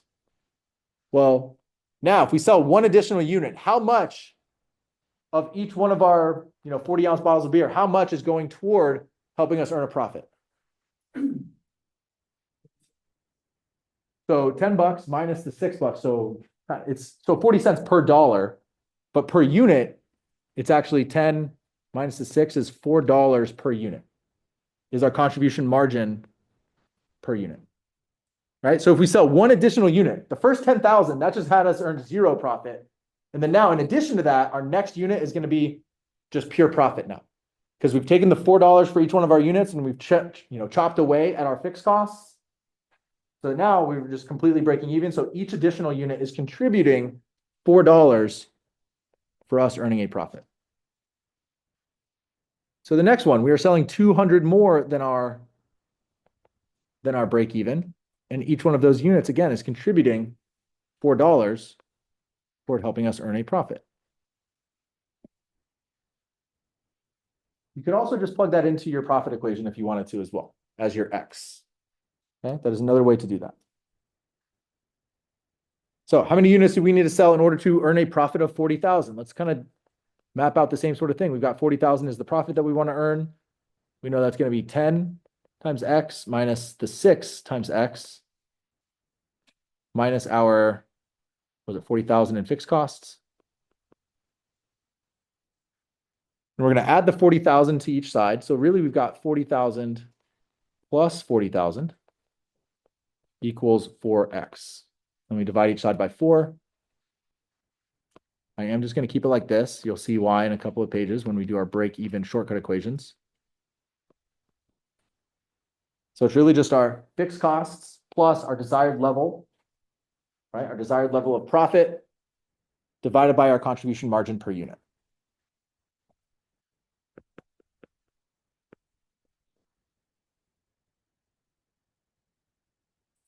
There we get 20,000. Questions there? And just kind of pause. Yeah, for whatever reason, I think some of this break-even stuff and some of like the units required to earn some level of profit just start to trip people up. And I think that it's the way that the information is given, whether it's given to you on a per unit basis, it's given it to you on like a contribution margin ratio basis or whatever. Yeah, go ahead.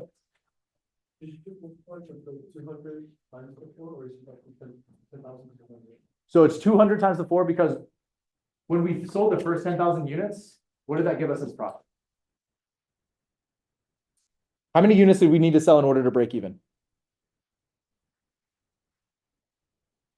Right, when we did this one right here, right, we sold 10,000 units in order to break even. So the first 10,000 units, that's what's required to cut all of our fixed costs. Because each one of those had $4. So $4 went for 10,000 units. Times 10,000 units, that's $40,000 in fixed costs that are now covered. So then now we have $4 per unit for all those extra ones that are only helping us earn a profit now. Does that make sense? All right, cool. Yeah, so managers, we can control variable costs, we can control volume, we control price, and the mix of products that we offer. Usually we say that we can't really control fixed costs, at least in the short run. So 6 different components of CVP analysis. We've got all of these as just different items. We make some assumptions. We make revenues are linear, costs are linear, total fixed costs remain constant as our sales volume changes. Our product mix remains constant. I'll say variable cost per unit is constant. Yeah. So now let's get into some shortcut equations.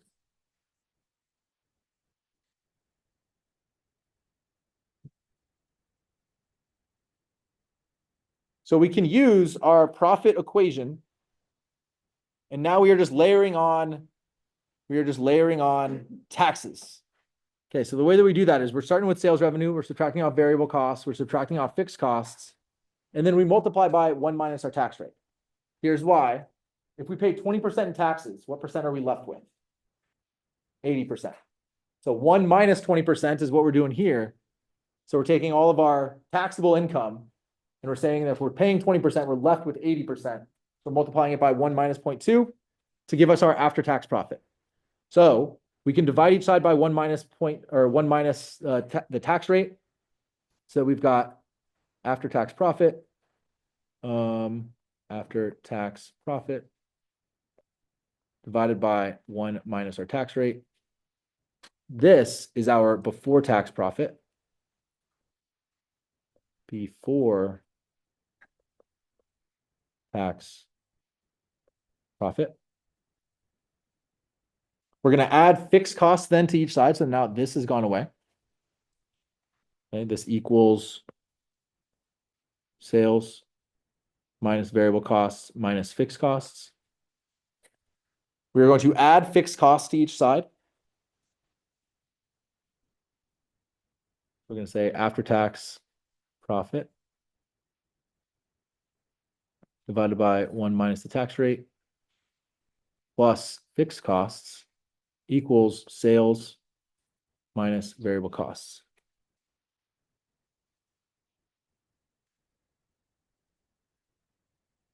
And there's actually two different ways that we can express sales minus variable costs. And we talked about this on the previous page, and then that's going to be how we create these two kind of break even or target sales dollar shortcut equations. And we've talked about each one of these already. So this is more just like me rehashing and just like reorienting our brain to this. But sales minus variable cost could be our price times X minus variable cost per unit times X, which is our contribution margin per unit times X, right? That's just our sales price minus our variable cost per unit multiplied by X. That's what our sales minus variable costs are. Or we can say that this is our sales minus variable cost percentage of sales, which equals our contribution margin percentage times sales.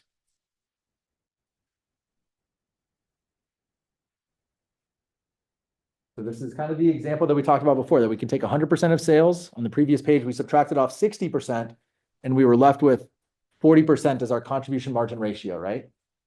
So we can express it like that, or we can express it where X is the thing that we care about, which is our number of units, okay? Because this one is going to be helpful when we want to solve for number of units needed to break even or to hit some target level of profit. This is going to be more useful if we want to identify what the sales revenue needs to be to identify some level of profit or some break even. Okay, so it's really that our break even or target sales, in order to cover those fixed costs and earn some level of profit, we can divide by either contribution margin per unit if we want the target in units, or we're dividing by contribution margin ratio if we want that as dollars, right? Because we have this entire thing is the numerator for our equations, right? That entire thing is the numerator. Does everybody see that? That makes sense? I just added the fixed cost on one side. That's our numerator. And then we're either dividing by, where's the, there we go.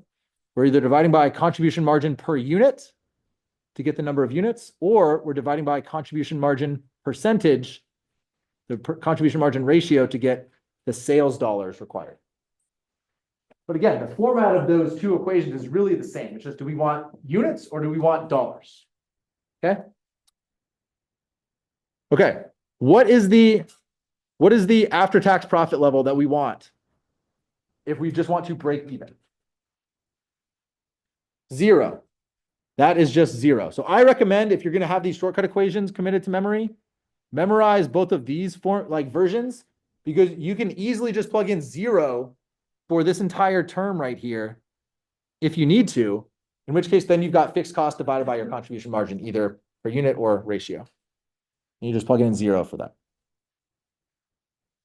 Okay, so really we would want to put 4 units if we calculated 3.2, but the question, just pay attention to what it tells you to round to. If it says round to whatever or round up, then just pay attention to what it's asking you to in terms of rounding. Okay, so some break-even point changes, and then we were going to talk through some practice questions. So what changes break-even points? So break-even point in units. Break-even point in units. If fixed costs go up, we're going to have to sell more units in order to cover those fixed costs. If fixed costs decrease, how many units we sell to break even is going to go down. And then really these ones are the most important, because if we know these just feed into contribution margin per unit, okay? But if contribution margin per unit goes up, so that for each one of our bottles of beer that we're selling, instead of $4, it goes up to $8 per unit that's contributing towards cutting our fixed costs, we're not going to have to sell as many units in order to cover all of those fixed costs, right? So contribution margin per unit increases. How many units we have to sell would go down to break even. And if contribution margin per unit decreases, that means that we'd have to now have a higher volume in order to break even. All right, and then these last ones, again, let's think about it from a contribution margin perspective. If sales price per unit increases, contribution margin per unit does what? Also increases. Then we're just right back to contribution margin per unit increasing, decreasing our number of units required. So that means that this one is increases. And then variable cost per unit is the opposite. If variable costs go up, that means that our contribution margin per unit decreases. And then here the opposite is true. So, sit with that a little bit. That's not going to like firmly, cement itself into your brain quite yet, but work through some practice questions. Very helpful to have that all as like conceptual stuff all in one place. Let's talk through these practice questions. And then really after this, we're going to have, kind of some graphing CVP stuff and then multiple products. And then safety margin. Not really too bad. Okay. Just for the sake of time, let's just kind of think through these or like talk through these together. But it says, which of the following statements is false? How I think about that is I'm like, all right, cool. Just be on the high alert. Don't just get, fall into the trap of this question or this answer choice sounds right. But contribution margin increases as variable cost per unit decreases. You're like, okay, less variable costs. Write it out if you need to. Price minus variable cost per unit. Yeah, if this goes down, that means that the overall contribution margin per unit should go up. That one seems right. An increase in fixed cost means a company will need to sell more units in order to break even. Yes. Okay. Again, we're assuming that contribution margin per unit stays the same, but if our fixed costs go up, we have to sell more to cover those costs. That's relatively straightforward. An increase in the tax rate will cause the sales dollars in order to break even to rise.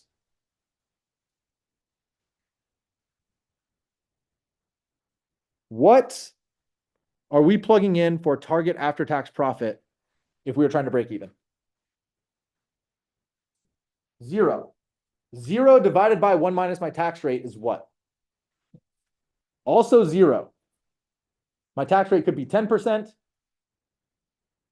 right? My tax rate could be 10%. 0 divided by 1 minus 0.1 is 0. My tax rate could be 50%. 0 divided by 1 minus 0.5, also 0. So in order to break even, it's not going to affect anything different. Like the tax rate is not going to affect anything at all. Okay, we just want to earn 0 profit. So pretty tricky question there, but it seems like our answer is C, because we are not going to actually need an increase in how many units we sell if our tax rate changes. And again, so that's a conceptual question that you can use your mathematical equations to help guide you in the right direction for, okay? So try to see if there's any examples where that's true. Contribution margin ratio decreases as the variable cost per unit increases. Yes. Right. Variable contribution margin ratio, decreases as the variable cost per unit increases. Yes. Okay. A firm expects to have $4 million of sales revenue next year. Contribution margin ratio is 40%. If the firm desires an after-tax profit of $900,000 and its tax rate is 25%, what is the break even in terms of sales dollars? Okay, so again, it's telling us this after-tax profit that we want to have, but then it says what is break even? So when we say break even, we want after tax of what? 0. So we're just going to plug in 0 into our equation. And it says, what is the break even in terms of sales dollars? So dollars for break even.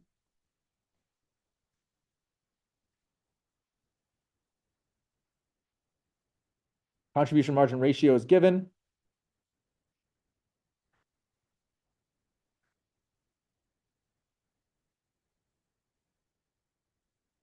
Firm desires an after-tax profit of 900,000 and its tax rate is 25%.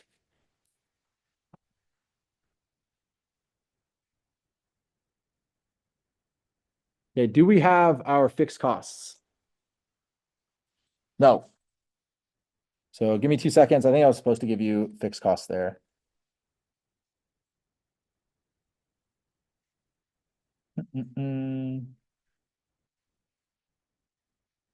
I think we're gonna be something.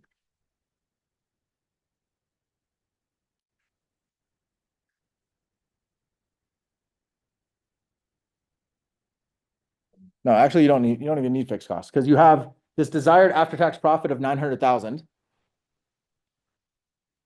Okay, the firm desires an after-tax profit, tax rate is 25%. So we can use that to actually calculate our fixed costs. So here we've got that our after-tax profit, 900,000, is our sales revenue next year of 4 million.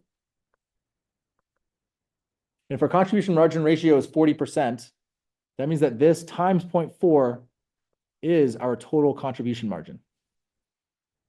Okay, and I'll do it like this so it doesn't look like I'm dividing by contribution margin, but this is my contribution margin.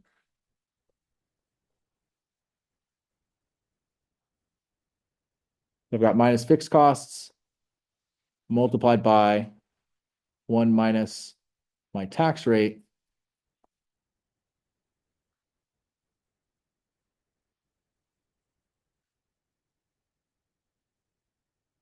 Okay, we can use that to solve for what our fixed costs are. So here we're dividing each side by the 0.25. Or the 1 minus 0.25, so dividing by 0.75. So we have 1,200,000 equals 1.6 million minus our fixed costs. So our fixed costs are 400,000.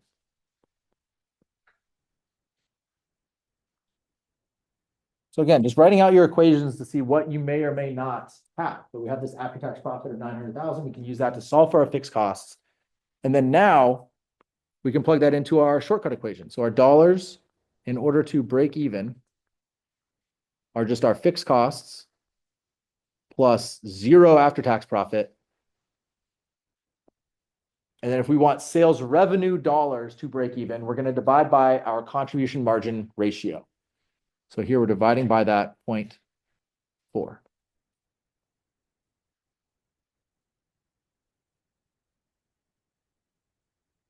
We get $1 million.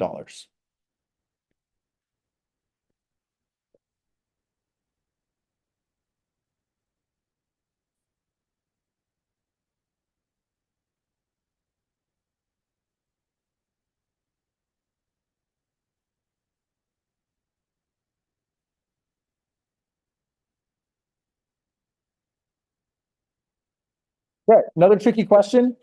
But it says GPA Factory sells a single product, the 4.0, hopefully. Company's budget shows expected sales of 40,000 units at a selling price of $60. Variable cost per unit is $32. Fixed costs are 300,000. If actual sales are 2,000 less than expected, what happens to the break-even point?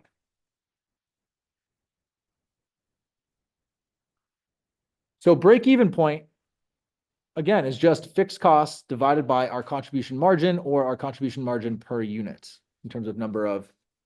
So if our sales are less than expected, do fixed costs change? No. If our sales are less than expected, does our contribution margin per unit change?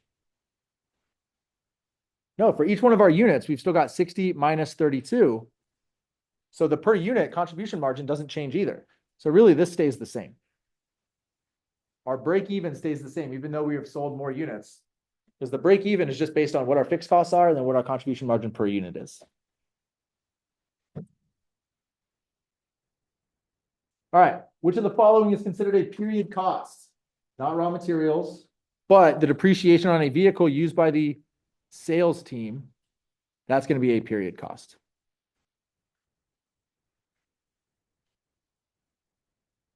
All right, and we have the last couple of topics here. If you have to sneak out, totally fine. But we're going to graph CVP, and then I am going to do a multiple product CVP kind of question as well. So graphing CVP, we'd have a chart that looks something like this. So we're going to label each one of these. A, notice that it starts at 0, 0 here. So A is going to be our variable costs. B is going to be it's starting at some level. Well, here it's actually a little bit tricky. B, so you might think that A is our variable cost, but actually when we start to look at B starts at some level and then goes up. So the slope of B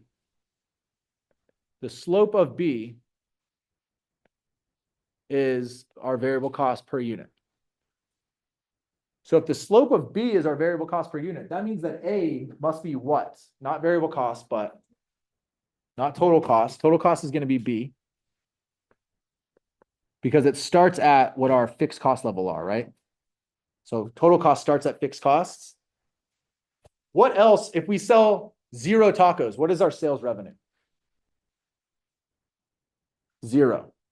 And then we're selling them for exactly the same amount every single unit. So A is actually our sales revenue.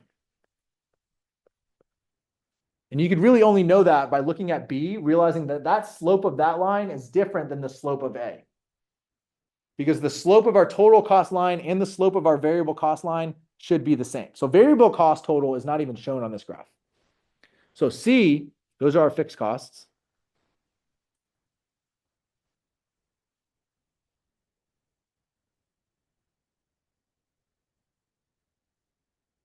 D, it's not really anything.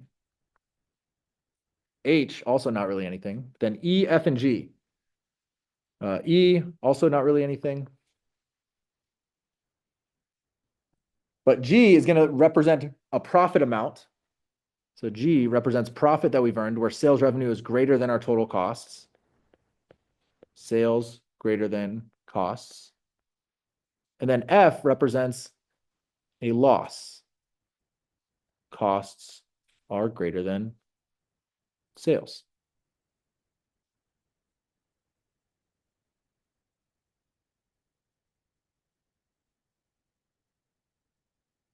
All right. So CVP with multiple products. There's really just there's like 3 steps that I recommend that we go through when we're calculating this, but this just means that we have some sales mix. So there's going to be, instead of just a very simple example that we talked about where we just have tacos that we're selling, now we might have tacos and cans of soda. So it's like, what is that mix between the two? But in our shortcut equations, there's only one denominator where we've got contribution margin per unit. So we have to calculate, what we have to find is a weighted average contribution margin. So really step 1 is going to be, what is the contribution margin for each one of our products? Step 2 is going to be, what is that sales mix for each product? And there's a couple of ways that this might be given. It's usually going to be given in terms of number of units or some percentage. And then 3, we calculate the weighted average contribution margin. And then it works just like every other break-even style of question that we've got. So let's say that we've got boxes of pencils, calculators, and packs of ramen noodles that we sell at our college company. And so we've got these 3 different products. And then it says, okay, we plan on selling 4,000 units per month with the following sales mix. For every 10 units, we sell 3 boxes of pencils, 5 calculators, and 2 textbooks. If we have determined that our monthly fixed costs are $10,710, how many of each do we need to sell in order to break even? Okay, step 1. Find our contribution margin per unit. Okay, we're going to subtract off 20 minus 3 minus 11, and we get $6. Okay, so this is step 1. $6 is our contribution margin. 18 minus 13 is $5. 15 minus 11 is $4. 2, find our sales mix. So pencils, calcs, and ramen. Sometimes the percentages are just given to us, or other times it's this 3 to 5 to 2 ratio. So we add those up. 3, 5, and 2 is 10. So in the sales mix for pencils, 3 over 10 is 30%. For calculators, 5 over 10 is 50%. And then for textbooks, 2 over 10 is 20%. 3, the weighted average contribution margin. So we've got our first 2 steps. We know what each one of our contribution margins and our weighted averages are. So it's just 6 times 0.3, 5 times 0.5, and 4 times 0.2. Because it's a little bit of a combination. We don't know. We just have one denominator that we need a single contribution margin per unit, but we don't have that. So 6 times 0.3, 5 times 0.5, and 4 times 0.2, we get $5.10. So almost right there in the middle, but not quite, because it wasn't this exact, equal mix of the 3. So then now break even in units. And these are going to be total units, not units for any one of the products, but total units, which is going to be our fixed costs, 10,710 divided by the 510 per unit, our contribution margin per unit. We get 2,100. And we can multiply by 0.3, 0.5, and 0.2 to figure out what that split is for each one of them. So this is 630 for pencils.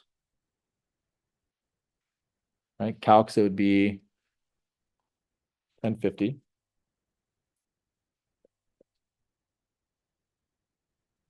And then 420 for packs of ramen noodles.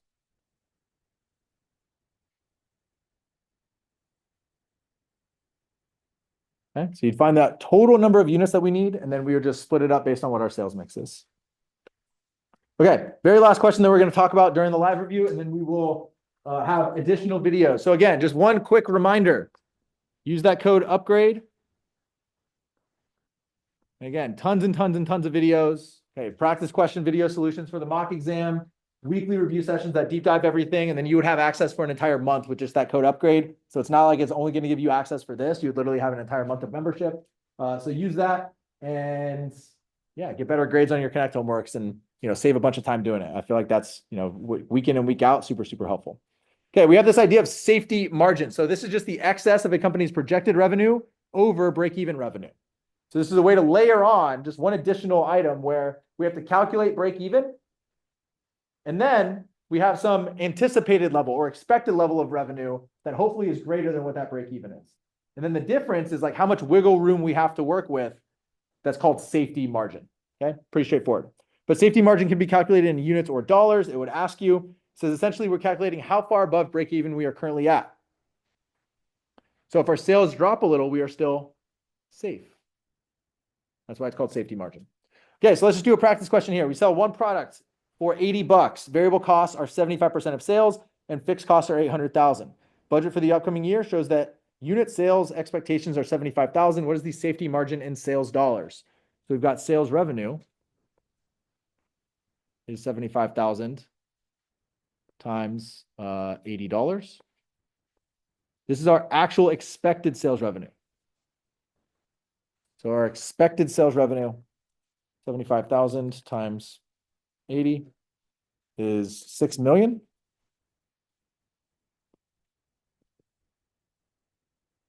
And then we have to calculate what our break-even sales revenue number is. So break-even in terms of sales revenue.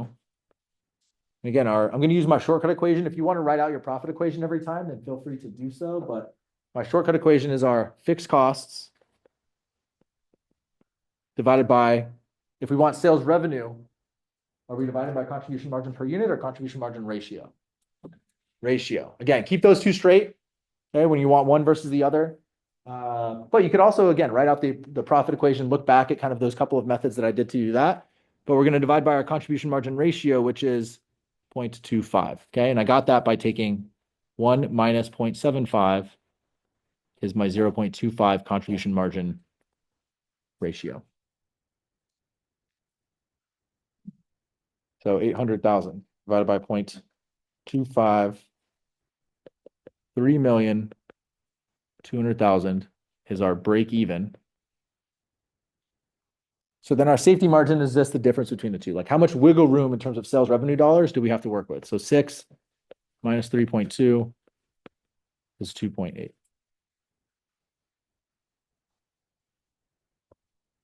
Yeah. Okay, so you'd have to express total variable costs in terms of sales revenue, right? So you'd have to subtract off 75%, so 0.75 times sales. So you'd have sales, right? So the question was, how could we use our profit equation? So we'd have sales minus 0.75 sales minus our fixed costs equals 0. So then sales minus 0.75 sales equals 0.25 sales. That's why you're ending up dividing by the 0.25 at some point. Now, I'll talk to you at the end of the, like, you can, you know, I'll post it up here. I'll kind of drop, but yeah, that's the end of the review. All of this decision-making stuff, this will be posted as a video, hopefully by tonight. And then all of the practice question, the video solutions for the mock exam, those will be posted as well. We have extra packets. So anybody have a friend maybe that's in the class that would like to, that you'd like to grab a packet for, you can pick one up on the way out. You know, some people couldn't make it to the review. I printed up one for everybody who signed up. So you might have a friend that signed up. Take packets as you leave. They're literally going to be back here on the table or back there at the back. Yeah, take one, take two, take multiple. Hold on one second. I'm going to do hey, I'm going to write out that profit equation real quick just so you can kind of see.